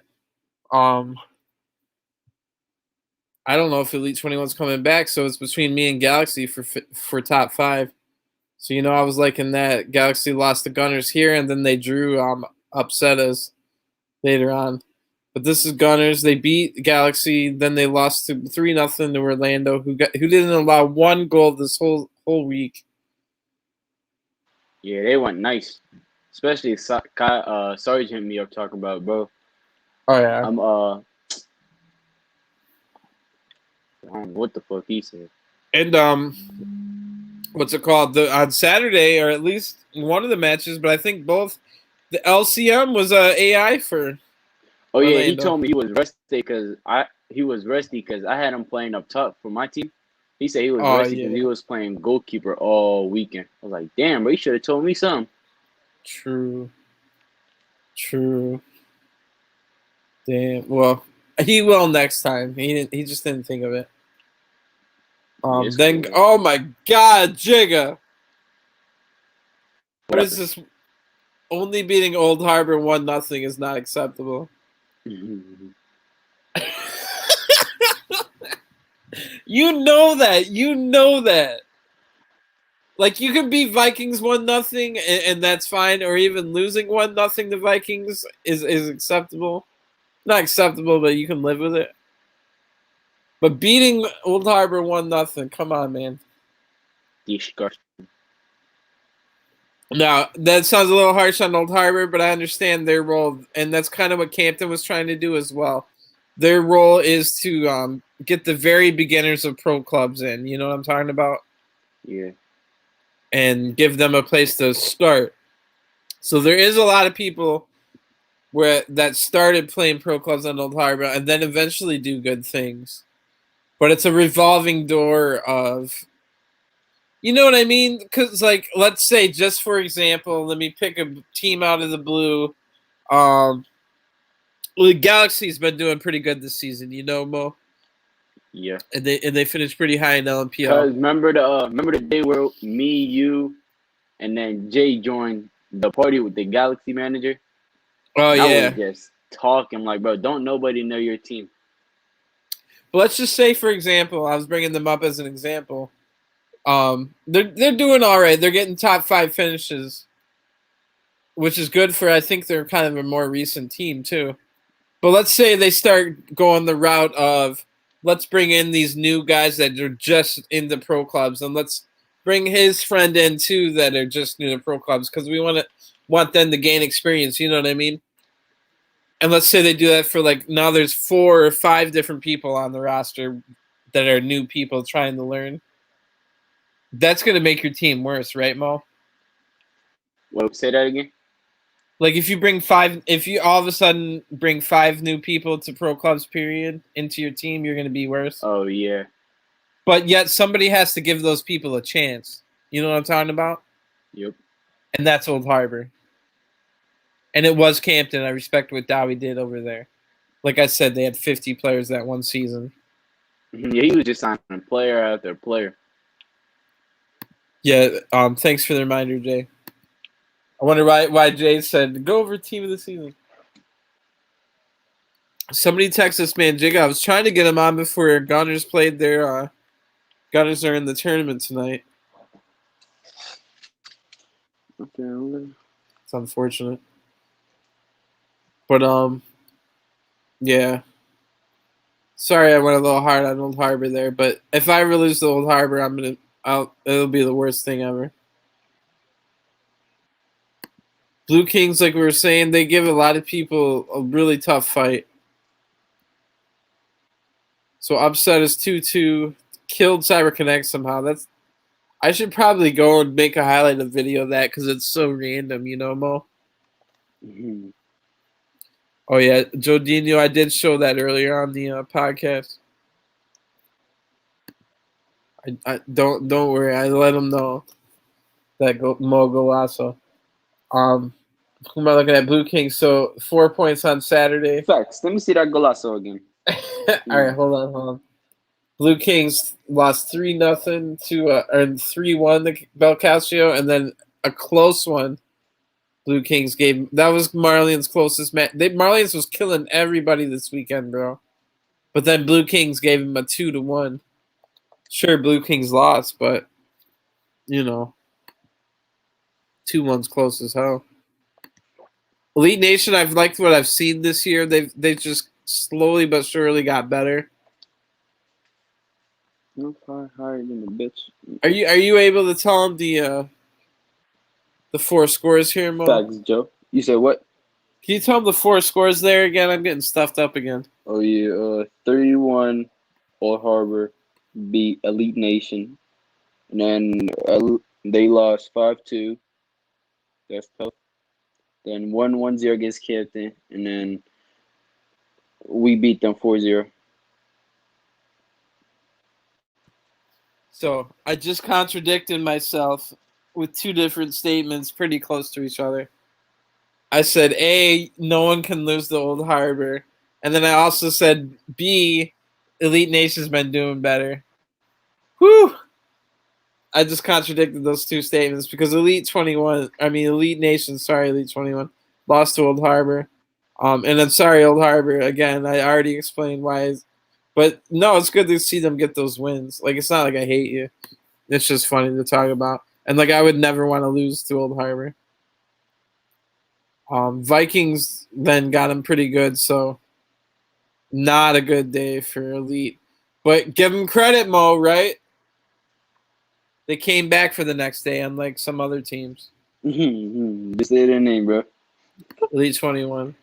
We all know who the real Elite is now. There was a lot of debate. Oh, the real Elite. Well, we know who the real Elite is now. 3-point week for Elite Nation. What happened to bring us? You lost to Elite Nation on this weekend?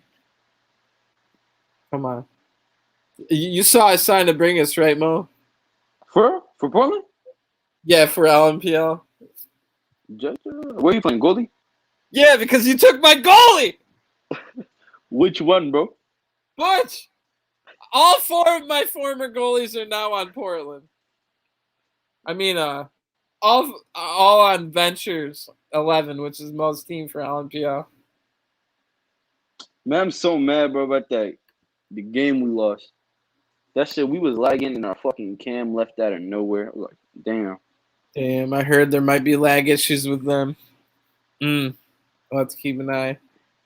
I don't know what we can do about these because Republic FC has also had a lot of lag complaints thrown the admin's way. Damn. You better do something, Blitz. I'm just gonna have to figure out something. So Titans is what we're looking at now.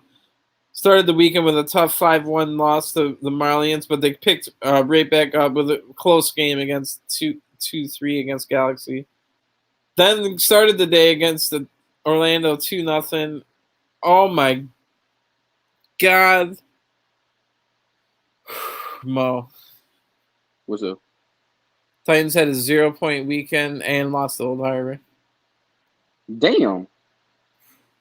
They played 2 of the top 3 teams, but still.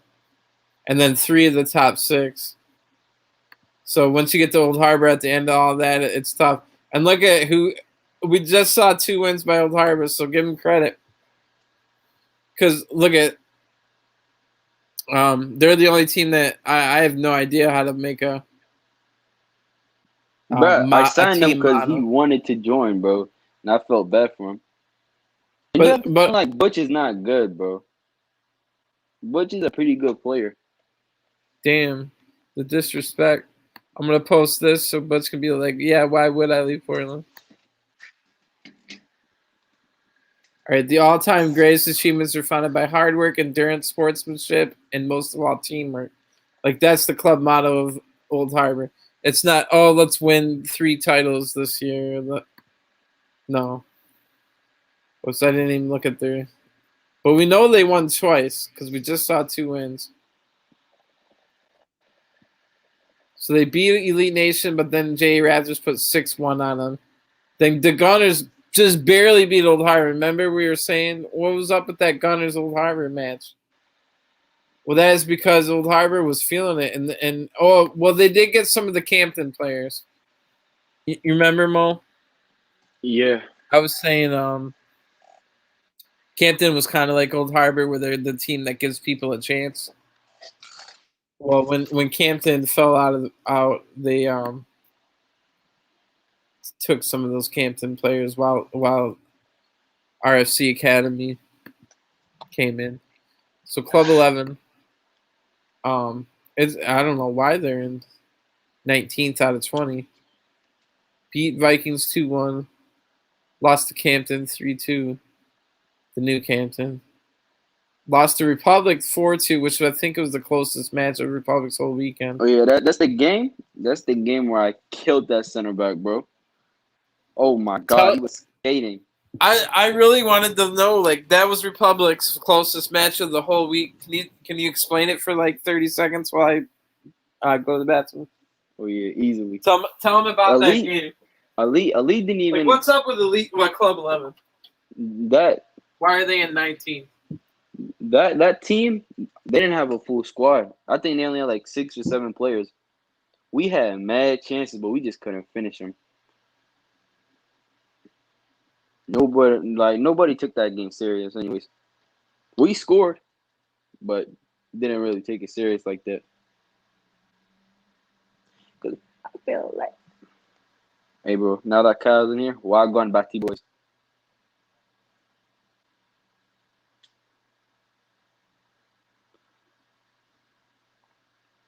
I'm feeling look.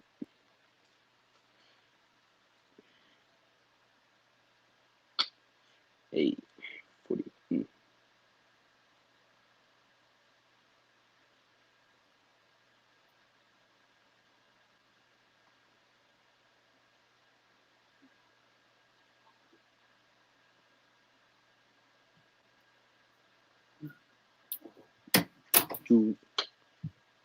Dunkles really had only 6 players though, 6 or 7. Shit is crazy. Only 7 players. What was that last part? They only had like 7 players. Damn. So nobody really took that game serious. That makes sense. No, I've been there before. Ruption, after losing to Portland 1-0, did beat them 2-0. But yeah, that put Club 11 in 19th. Facts. And then Campton, of course, had the 6 forfeits in a row where they didn't even play a match, and then RFC Academy came in. Damn, they haven't played a game yet. Who? Campton? Yeah. Well, they had 6 forfeits in a row and got kicked out of the league. Oh. And then Republic Academy took over for them.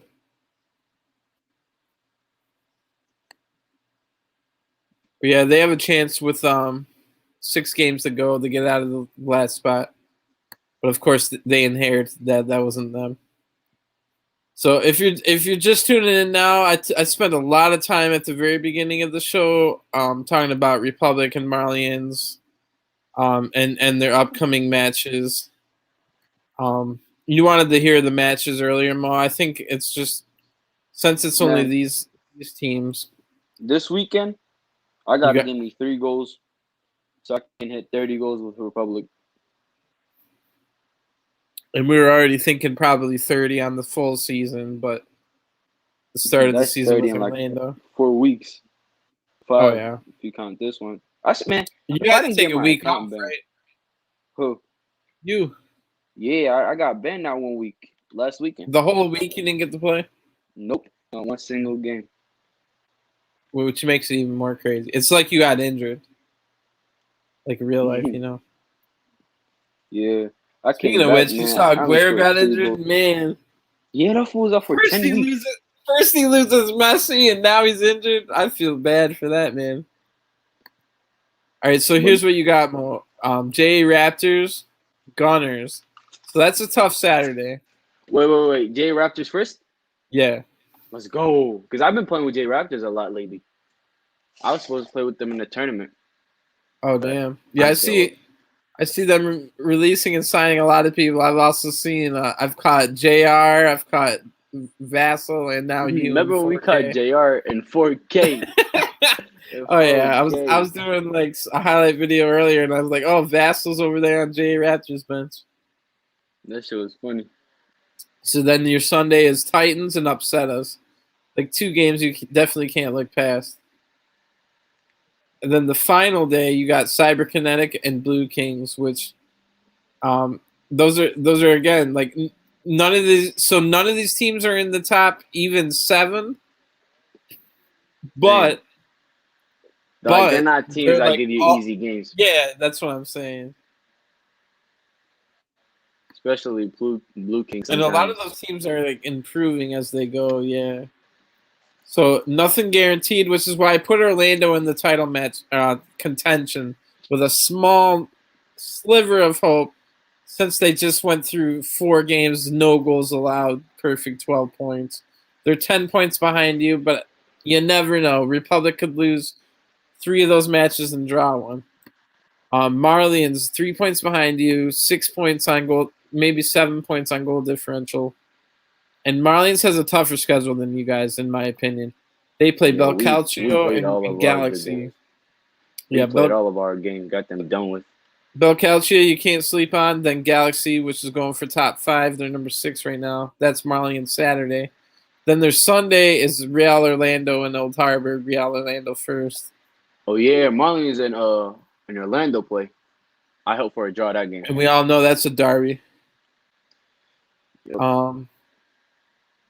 And then the final day, Saturday, a week from Saturday, Vikings versus Marlins. And the final, it could come down to this, Mo. Republic might be playing their game. I forget who I said it was.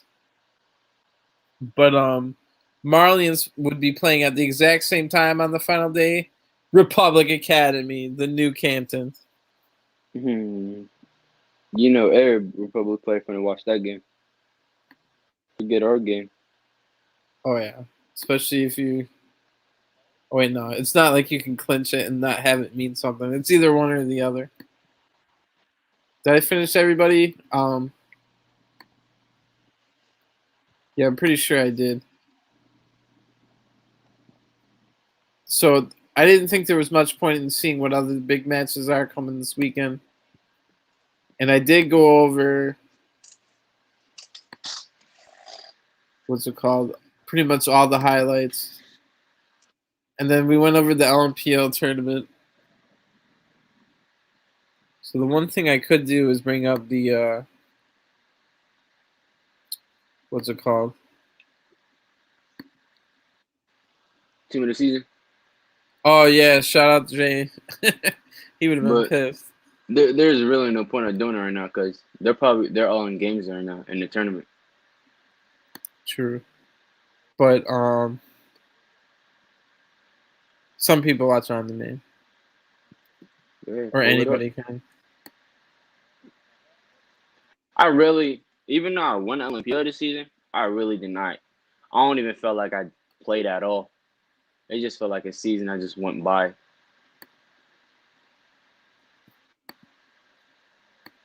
True. That's why I like longer seasons with like at least 20 teams. All right, so season 5 of LMPL. Yeah, like for example, LMPL is gonna get 6 seasons in. Congratulations for Mo, 3-peat. Never done before other than Mo and Jay.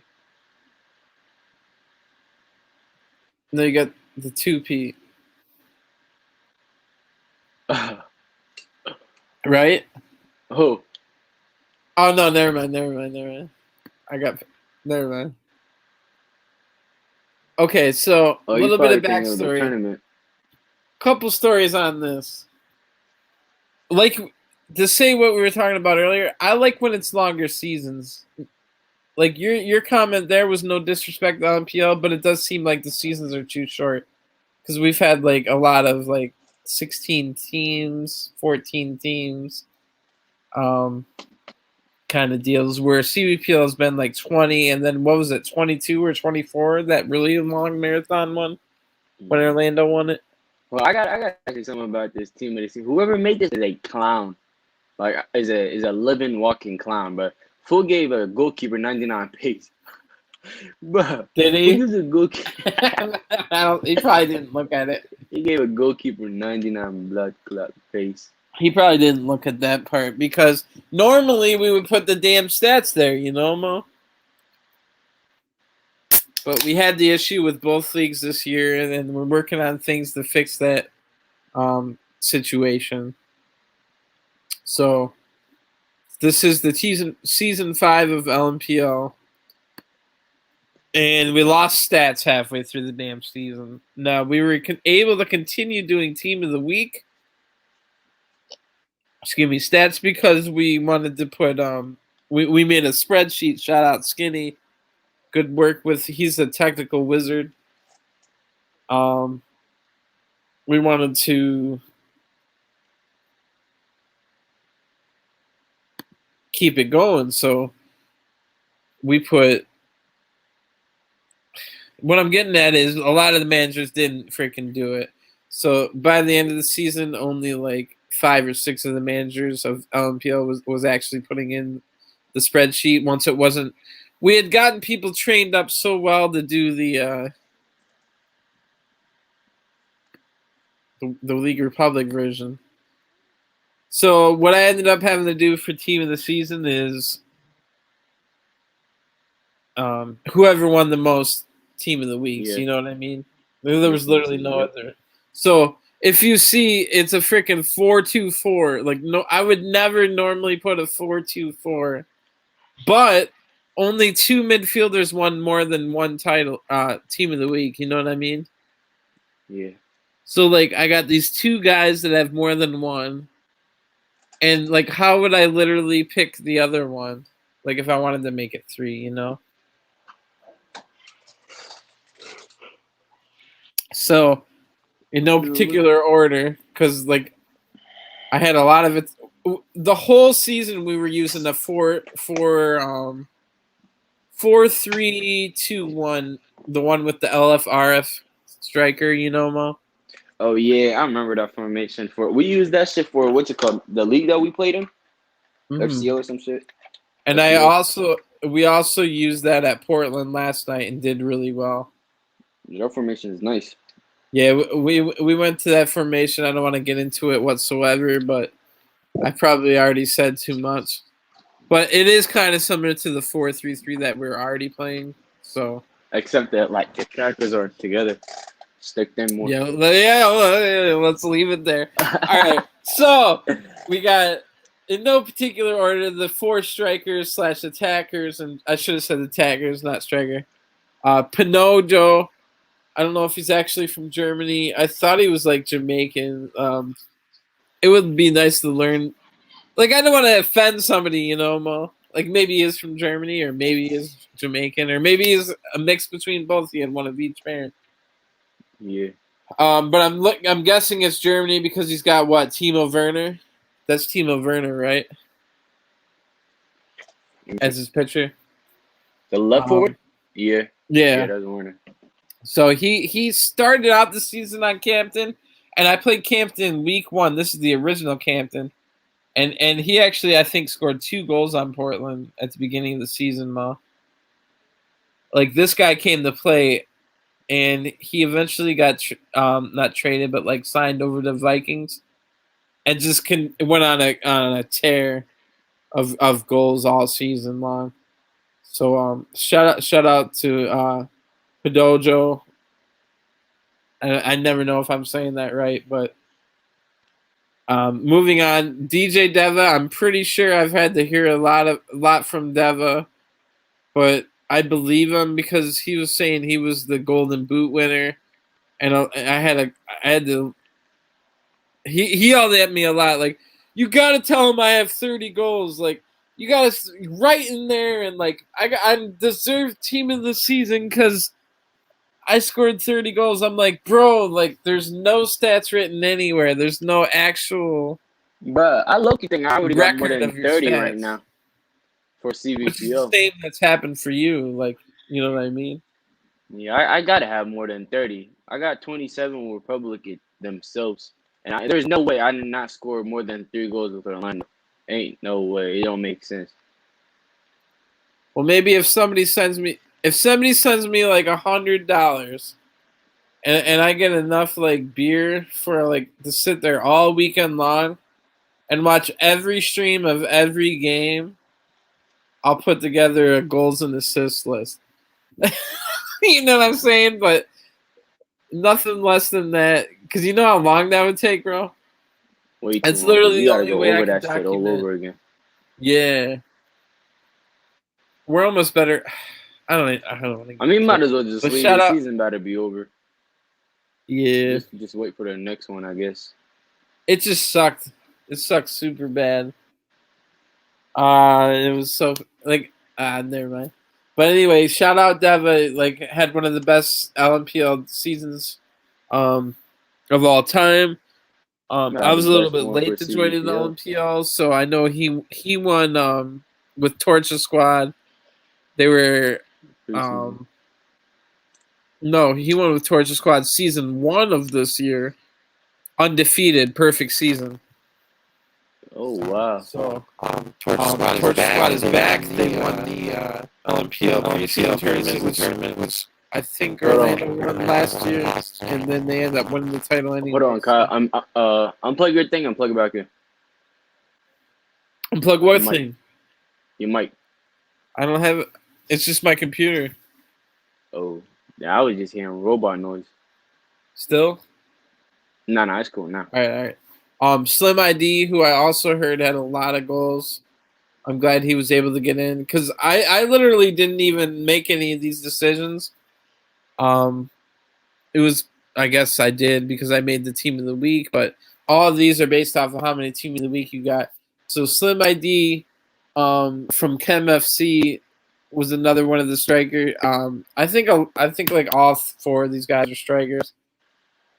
That's just how it worked out, you know. Long story, but I don't know. Can you pronounce that name for me, Mo? Which one? Right forward from Lebanon. Hardorov, I guess. What was it? Hardorov. And then I've also heard you can call him Jim. So shout out to Jim from Lebanon. Got he was on the first 3 LMPL team of the weeks, Mo. And I remember he scored on the first weekend. He scored Five goals in in the first 30 minutes of the first game of the season, he scored 5 goals. Damn. I swear to God. This guy Jim from Lebanon. So shout out That's what Jim must from have been J bothering. Raptors. He went ham. And Old Faithful Quali. Of course, Quali was one of the only 2 midfielders to get more than one team of the week. What more can be said? He's a CDM. He's a cam, all wrapped into one. Like, can lead your team in tackles, assists, key passes, and yellow cards. And you see his partner here in the middle, Mo. Bulletmatic, or as you Wally. call him, Matic. Damn, Wally made that shit? Yeah, he's the only other Quelly and Bulletmatic are the only 2 midfielders to get more than one. Matic. Or as you call him, Matic. But yeah, what did they Raptors finish second or third? I can't remember, but I think they finished second. But it might have been Ruption. Here's one of the surprises. I hope he's still there because that's good news. If Ambition 2359 is still on Elite Nation, that is Mo, the left back. Kind of a surprise to me when I was putting together the team of the season, but must have been doing good things. To get every team of the week was selected upon stats, you know. Yeah. So that's impressive right there. Just to go over to the other fullback, you never walk alone for life. Remember, Mo? Remember playing with him? You never walk alone, or YNWA for life. But anyway, with the Somalia flag, great right back for Chem FC. I've played a lot of games with him on late nights, just not competitively, but definitely someone I wish was on my team. And Chem FC's definitely lucky to have him. Second Chem FC player to be on. And then look at 2 Vikings center backs. We got Wally and Claude. And CJ went crazy last season. He set the record for. Remember last season, he was the one that had like 79 clearances in like however many games, 30 games or something crazy. Oh yeah, because there was something wrong with their defense, I guess. So Wally was on that team playing fullback, but then he kind of converted to like a center back. Have you played against a game where Wally was now center back? I don't really remember. But yeah, he was doing some crazy things. Him and CJ, and they both got on the team of the week. And then there's this guy named Jay that's goalie. I don't know much. I don't know much about him, but nobody does. It's a mystery. He just keeps changing his name, so literally nobody knows about you because you keep changing your damn name. Z-Vane, too cozy. Yeah, like people would be like, "Oh, that's the guy that." Like nobody, unless I said it out loud, Jay would know. Oh, that's the guy that got the Golden Gloves in CVPL before.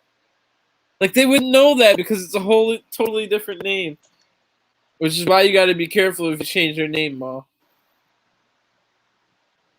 Like if you want to put the YN on before your name, it's got to be like YN Prince Mo.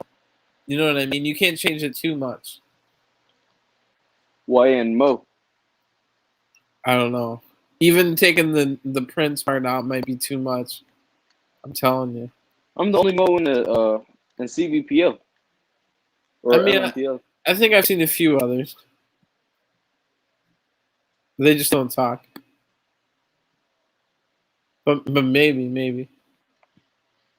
That's the team of the season. What was the other one I wanted to talk about? I'll check on the tournament for tonight. So are you in the match right now?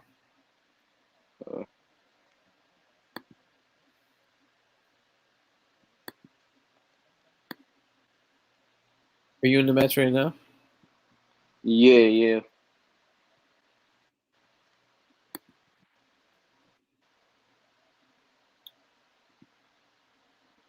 So I probably have so many missed messages. I haven't checked Discord in over 2 hours now. We haven't even. We about to start our second game right now. We won 1-0, and I'm playing goalie. I'm not even focused. For Get who? the clean sheet though. Orlando. Where's Sarge? Apparently not here. Fucking hell. I want Sarge to keep up his clean sheet streak. I just kept my clean sheet. I wanted Sarge to get like 9 clean sheets in 3 days so that everyone could talk about it as a legend. But usually when it comes to Sarge not being able to play, it's not his fault. He's got strict parents, and a huge ass family. I think he's got like when he has family gatherings mode, it's like 35 people. You know what I'm talking about? Yeah, that's Like this man always has some kind of like family fucking function, man. God damn. Sorry, man. for you. Keeping up them goalie. And shout out, if anybody needs a center back, because I don't think this podcast is gonna go too much longer. But I did want to talk about this, and I'll check my phone one more time because I invited admins of all 3 things that I'm an admin of, the 2 leagues in the tournament. Real quick, if you're new to the Discord, and if you just arrived, you get the option to say if you're a spectator or a manager. Oh yeah, I uploaded another video of my goal in the CVPL. That shit look fire. Oh, there's another highlight up there. Yeah, you gotta I'll check it out. Let me just finish this real quick. So when you first join the All-Star CONCACAF Tournament Discord, you get the option to click M or S for spectator or manager. And then if you get the manager, then you go to manager registry. Because at that point, you'll be an applying manager. That'll be the thing you're under. You put in your info here. And as you can see, we have 199. Damn! We have 199 teams registered. Whoever the next team gets the magical 200 number. I'm about to register my shit. Leave and register back. Sure, I don't think they can. I'm not going back to look, so you damn well know that. But if it's you, I'll know, obviously. So once you do the manager registry, then you get the manager tag. Just to use this guy as an example, apologies. He must have been on the server before because he already had a free agent tag, which might be what we change spectator to. Then we give you a team name tag and the manager's tag. Then you give us your team logo so we can put it on the website for the tournament. Because that way everybody will see your logo.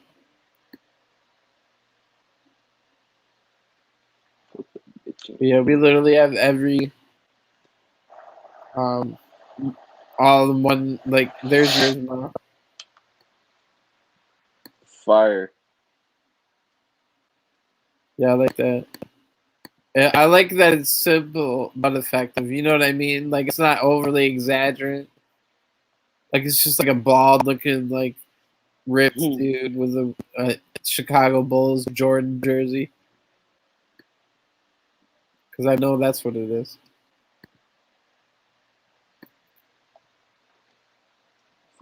But yeah, you go to a manager registry, you put your logo in there. We ask you to review the rules, and then each day, once you're registered from the manager, each day you can sign up. Why do I keep getting so stuffed up tonight, man? How many nights do you talk to me and I don't act this way? So, like None. tonight, I for think only one. example, we had starting at 7:17 a.m. Eastern. We had our first sign up. Like, you're not allowed to sign up the day before. Like, we want you to be like, because like everything we do is about integrity, like in the integrity of the competition. Because nobody wants to sign up for something that's like bullshit, where there's like, oh, 3 people didn't show up. So there's a lot of checks and balances that a lot of people might say are like, that's bullshit. But in the long run, it has to be that way to like have something legit. So if you signed up right now for tomorrow, it would get deleted. You know why? Because everything needs to be about checks and balances. We need to know that. Even me, I've X Pro 5. I knew I was going to wake up freaking late as hell, Mo. You know what I'm talking about? Yeah. Like 4:30 in the morning, I X Pro 5, the boss of this All-Star Concat boss over here. I said, can I just sign up now? I'm never going to wake up in time. And he's like, no. I'm like, damn. Like, me, one of the most admins that does a lot of the work here, like, I can't even do it. He's like, no, man. But anyway, we got all these teams to sign up. I guess I could tell the people which teams. So we got TVPC Santos Laguna, JA Raptors, Redemption Season, Shiesty Season X. That's Chino's club mode. Yeah, I was supposed to play for them. You're playing for Orlando? Man, I'm Yep. still mad. I'm texting Sarge right now. I'm about to put clean sheet in all these games in one day.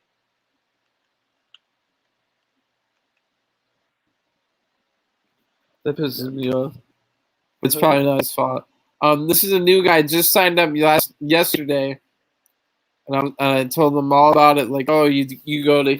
So I don't know who recruited him, but all of a sudden I get this guy, and I think even somebody in our server made him a new logo, because his old logo was like looking janky. I'm so pissed I couldn't use my Wendy's logo.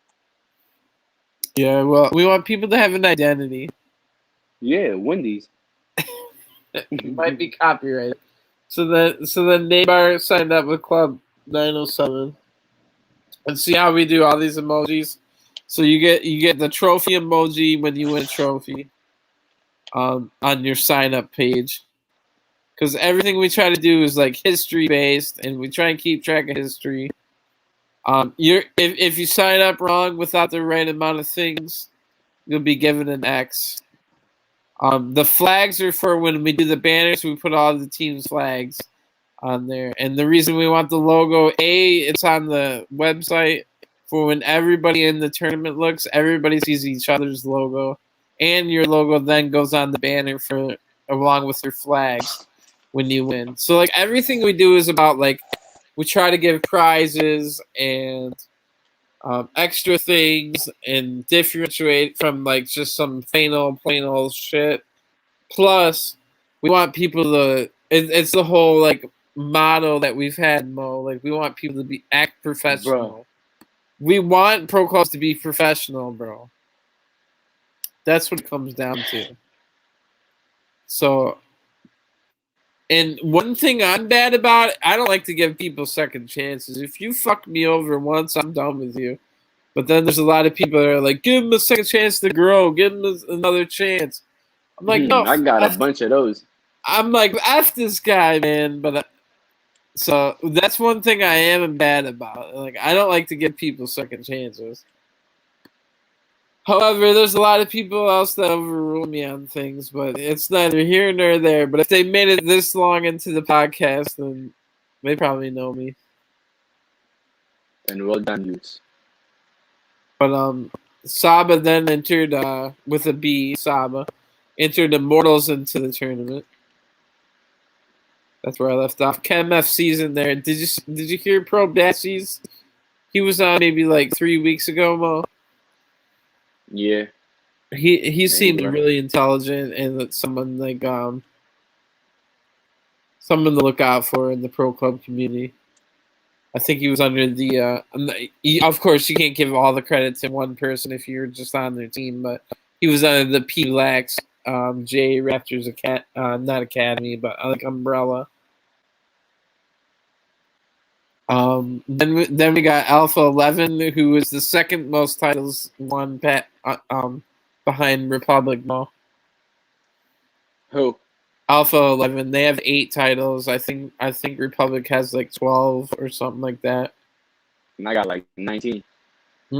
As a player, yeah. The Gunners are in the tournament. Cobra Kai, another one of like the somewhat related to Republic Academy, I think. AS Blainville, who's joined LMPL. And like they couldn't even put their flag because if they win, they want the damn Quebec flag, which isn't even an option. Quebec wants some people in Quebec at least want to leave Canada because they speak French, Mo, in Quebec. Quebec. Yeah, it's like a province, which is like a state in Canada that actually speak a different language. Damn. You know what I mean? That'd be like, I know there's a lot of Spanish speakers in America, but it'd be like a whole state dedicated to like a different language than English. New project. I think they've been around a lot. I've been seeing their name for at least a couple months. And as you can see, we just every time you sign up or every time someone leaves, we update all the emojis. Damn, as I say that, what happened to number 12? I guess they left. Number 14, Divas. I think that's another. Yeah, Charlie's their assistant manager. Another Academy product. Or Republic in general. There's Orlando, number 15 to sign up. Suriname, with the Suriname flag. Good to see. They just signed up today. Always good to see new teams. Bel Calcio, you'll notice instead of what's it called?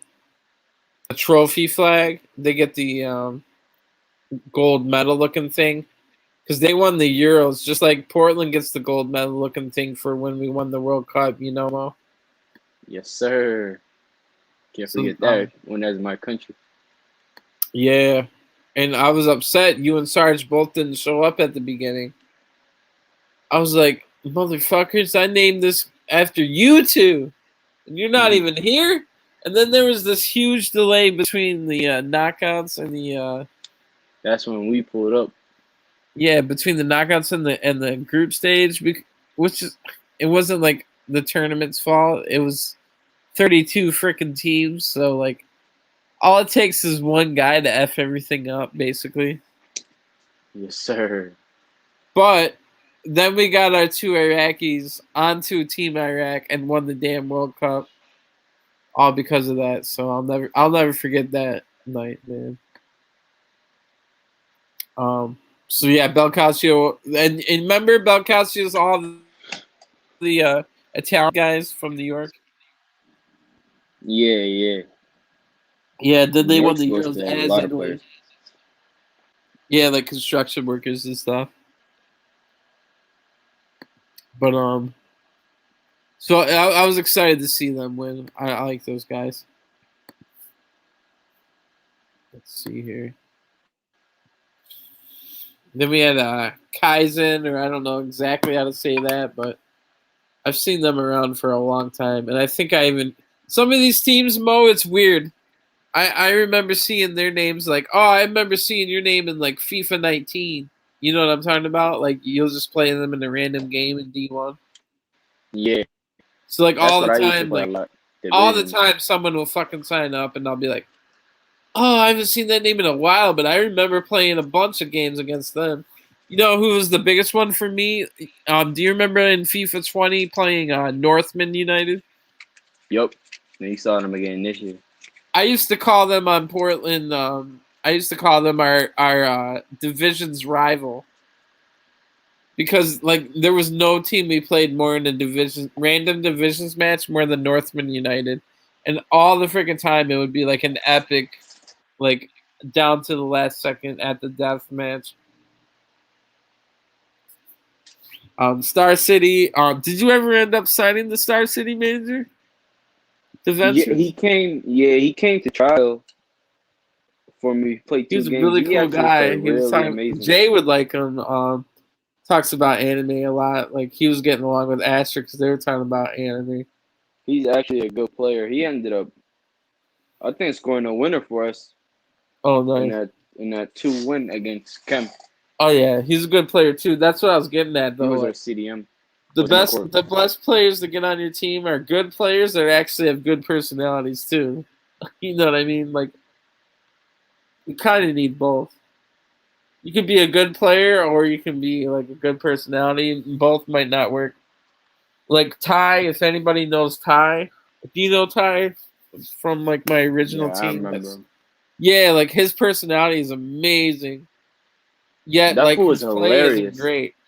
Oh yeah, but he could instantly like he could make a team better just by being on the pitch and like bringing vibes up, you know. Yeah, I played with him for one night. So that's an example of like good personality, and then there's people like I don't know. There was one name that instantly came to mind, but he'll probably get all mad at me. But it's Ade. Like he's a really good player. But Personality annoying. has something to work on. But Annoying as fuck. I'll just leave it there. He's probably already gonna clip this and show it to all his friends. But anyway, um, where I left off was the guy that usually represents Old Harbor for the tournaments. He entered a team named Football IQ. I feel like that would be a team you probably already played Football IQ, didn't you? I think so. See, I'm gonna look that up too because I feel like out of all these teams, like that's who you would be playing is the Football IQ team. Just around this out, Caledonia. Oh, but see, also this is a good scouting network. Like, okay, you want to play the tournament for the practice, but it's also a good scouting network. You can see how we required you to write all these things out, so you can see their manager, assistant manager, team name, number of players they have, the league they're in, and the countries that they're from. So like just one quick look sees like, oh, Caledonia, they're in TTP VPL, they're in and they're also a Trinidad based team. You know what I mean? Like so then Checkmate was number 22. Also another Trinidad team. Brothers United, which I think look at Mo on this one. Assistant manager. He's been fired, he wanted to point out to us. Like, bro, we didn't ask about that much of your you know what I mean, Mo? Like That reminds me you're not even required to put the assistant manager per se, but of that this man's reminds me of like another funny moment. he's been fired. That must have just happened. That reminds me of another funny moment when I invited you to that one team and they was like experience. This man put 1997. No, not this man, me. I've said that on the podcast before, but I had I had never joined like another league like without like already having been invited from a team or whatever. I never had to put experience before. I put Yeah. since FIFA 94. I mean, do you need more than that? I didn't know they meant leagues. Yeah, I kind of hate that though, where they ask for experience. Like, what is it? That shit shouldn't even matter. True. Which There's a bunch of good players who FIFA never even heard of leagues but are nice as fuck. FIFA 94 explains my experience way more than just writing CVPL and LMPL. Yeah. And then I also put CVSL because you were there for those CVSL matches. I love those when we had that for the warm up. No offense to CVPL calling CVSL calling you a warm up league, but we played that 2 hours before CVPL.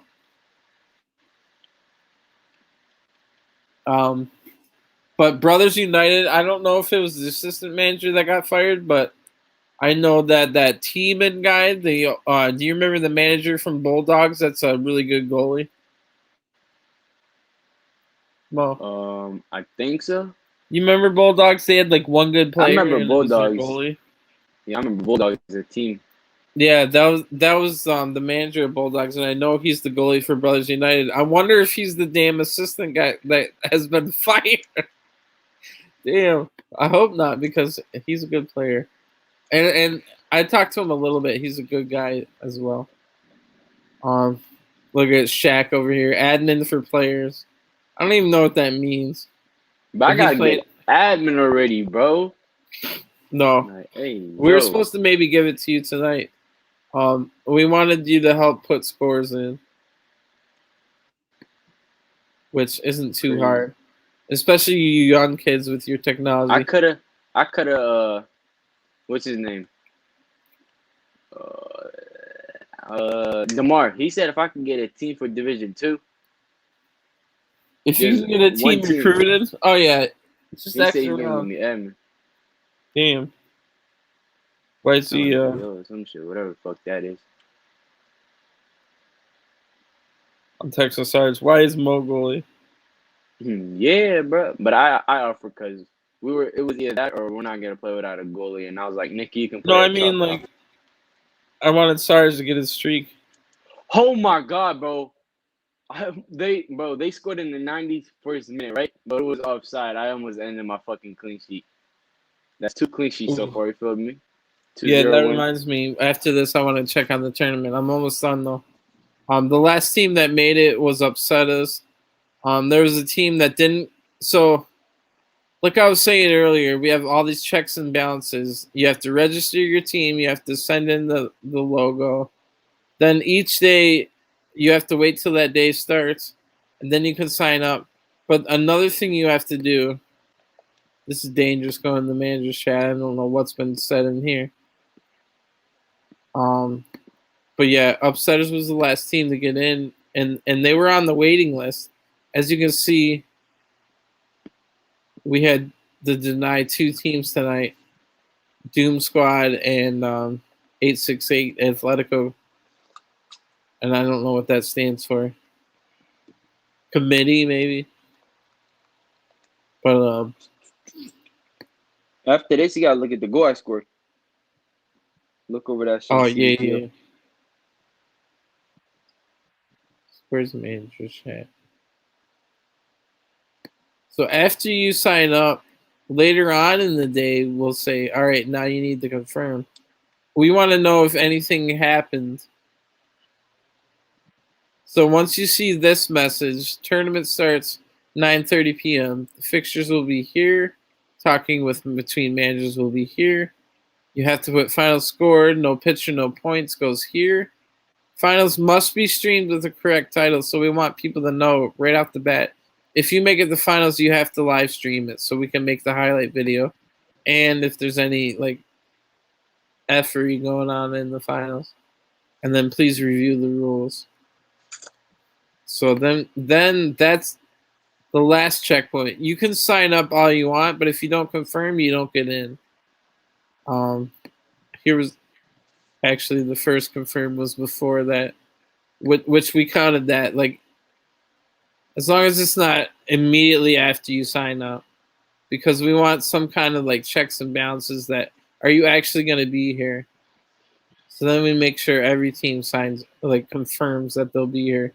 Then here's Jiga, who was helping out a lot today. We have 24 teams registered, but we also have 3 teams on the waiting list.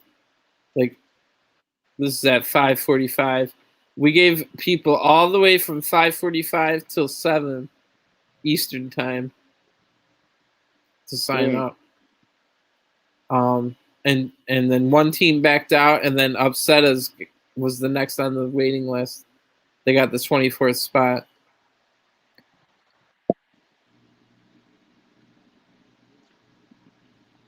And then I said, sorry, goalie. Like, the deadline is passed. You didn't confirm.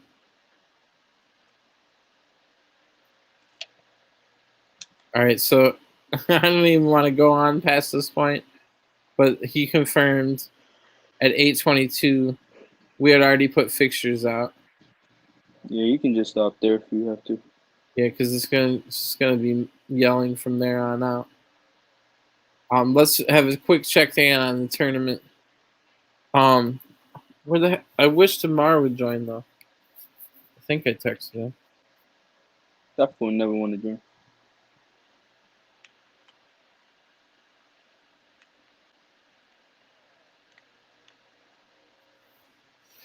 All right, here's the groups. Oh, so I didn't go on in that mode, but it looks like goalie got added. What got added? Goalie was the one that didn't confirm, but it looks like they got added for some reason. And they're currently winning their group. 2 matches played, 1 win, 1 draw.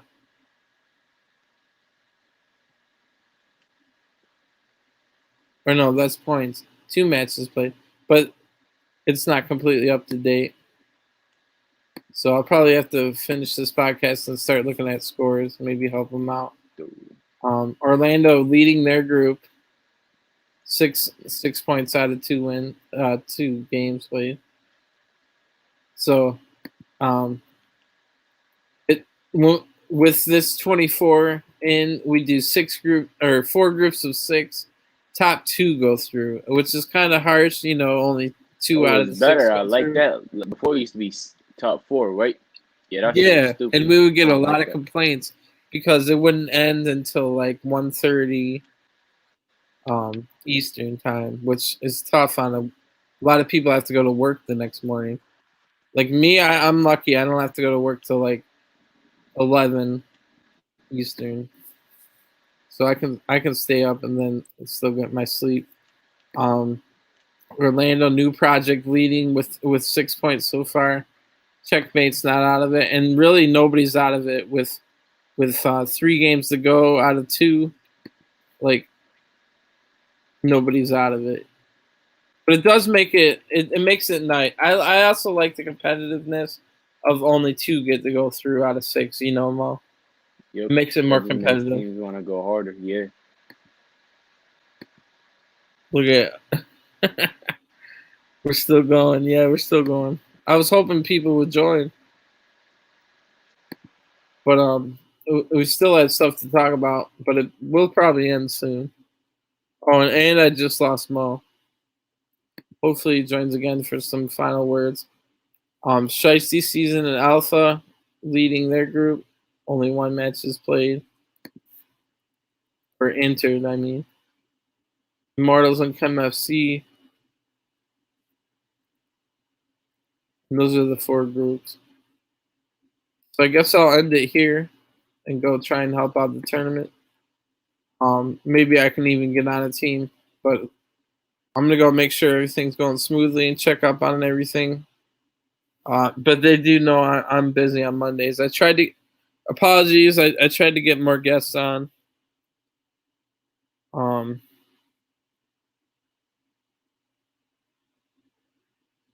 But I'm going to go check out this tournament. If anybody that watched this long, thank you. I hope all the on-demand people like the podcast. Not much else to be said. We'll be back soon. It's not strictly only on Mondays. We could always do another one with more guests next time. So thank you for joining, and I'll talk to you guys later. Peace.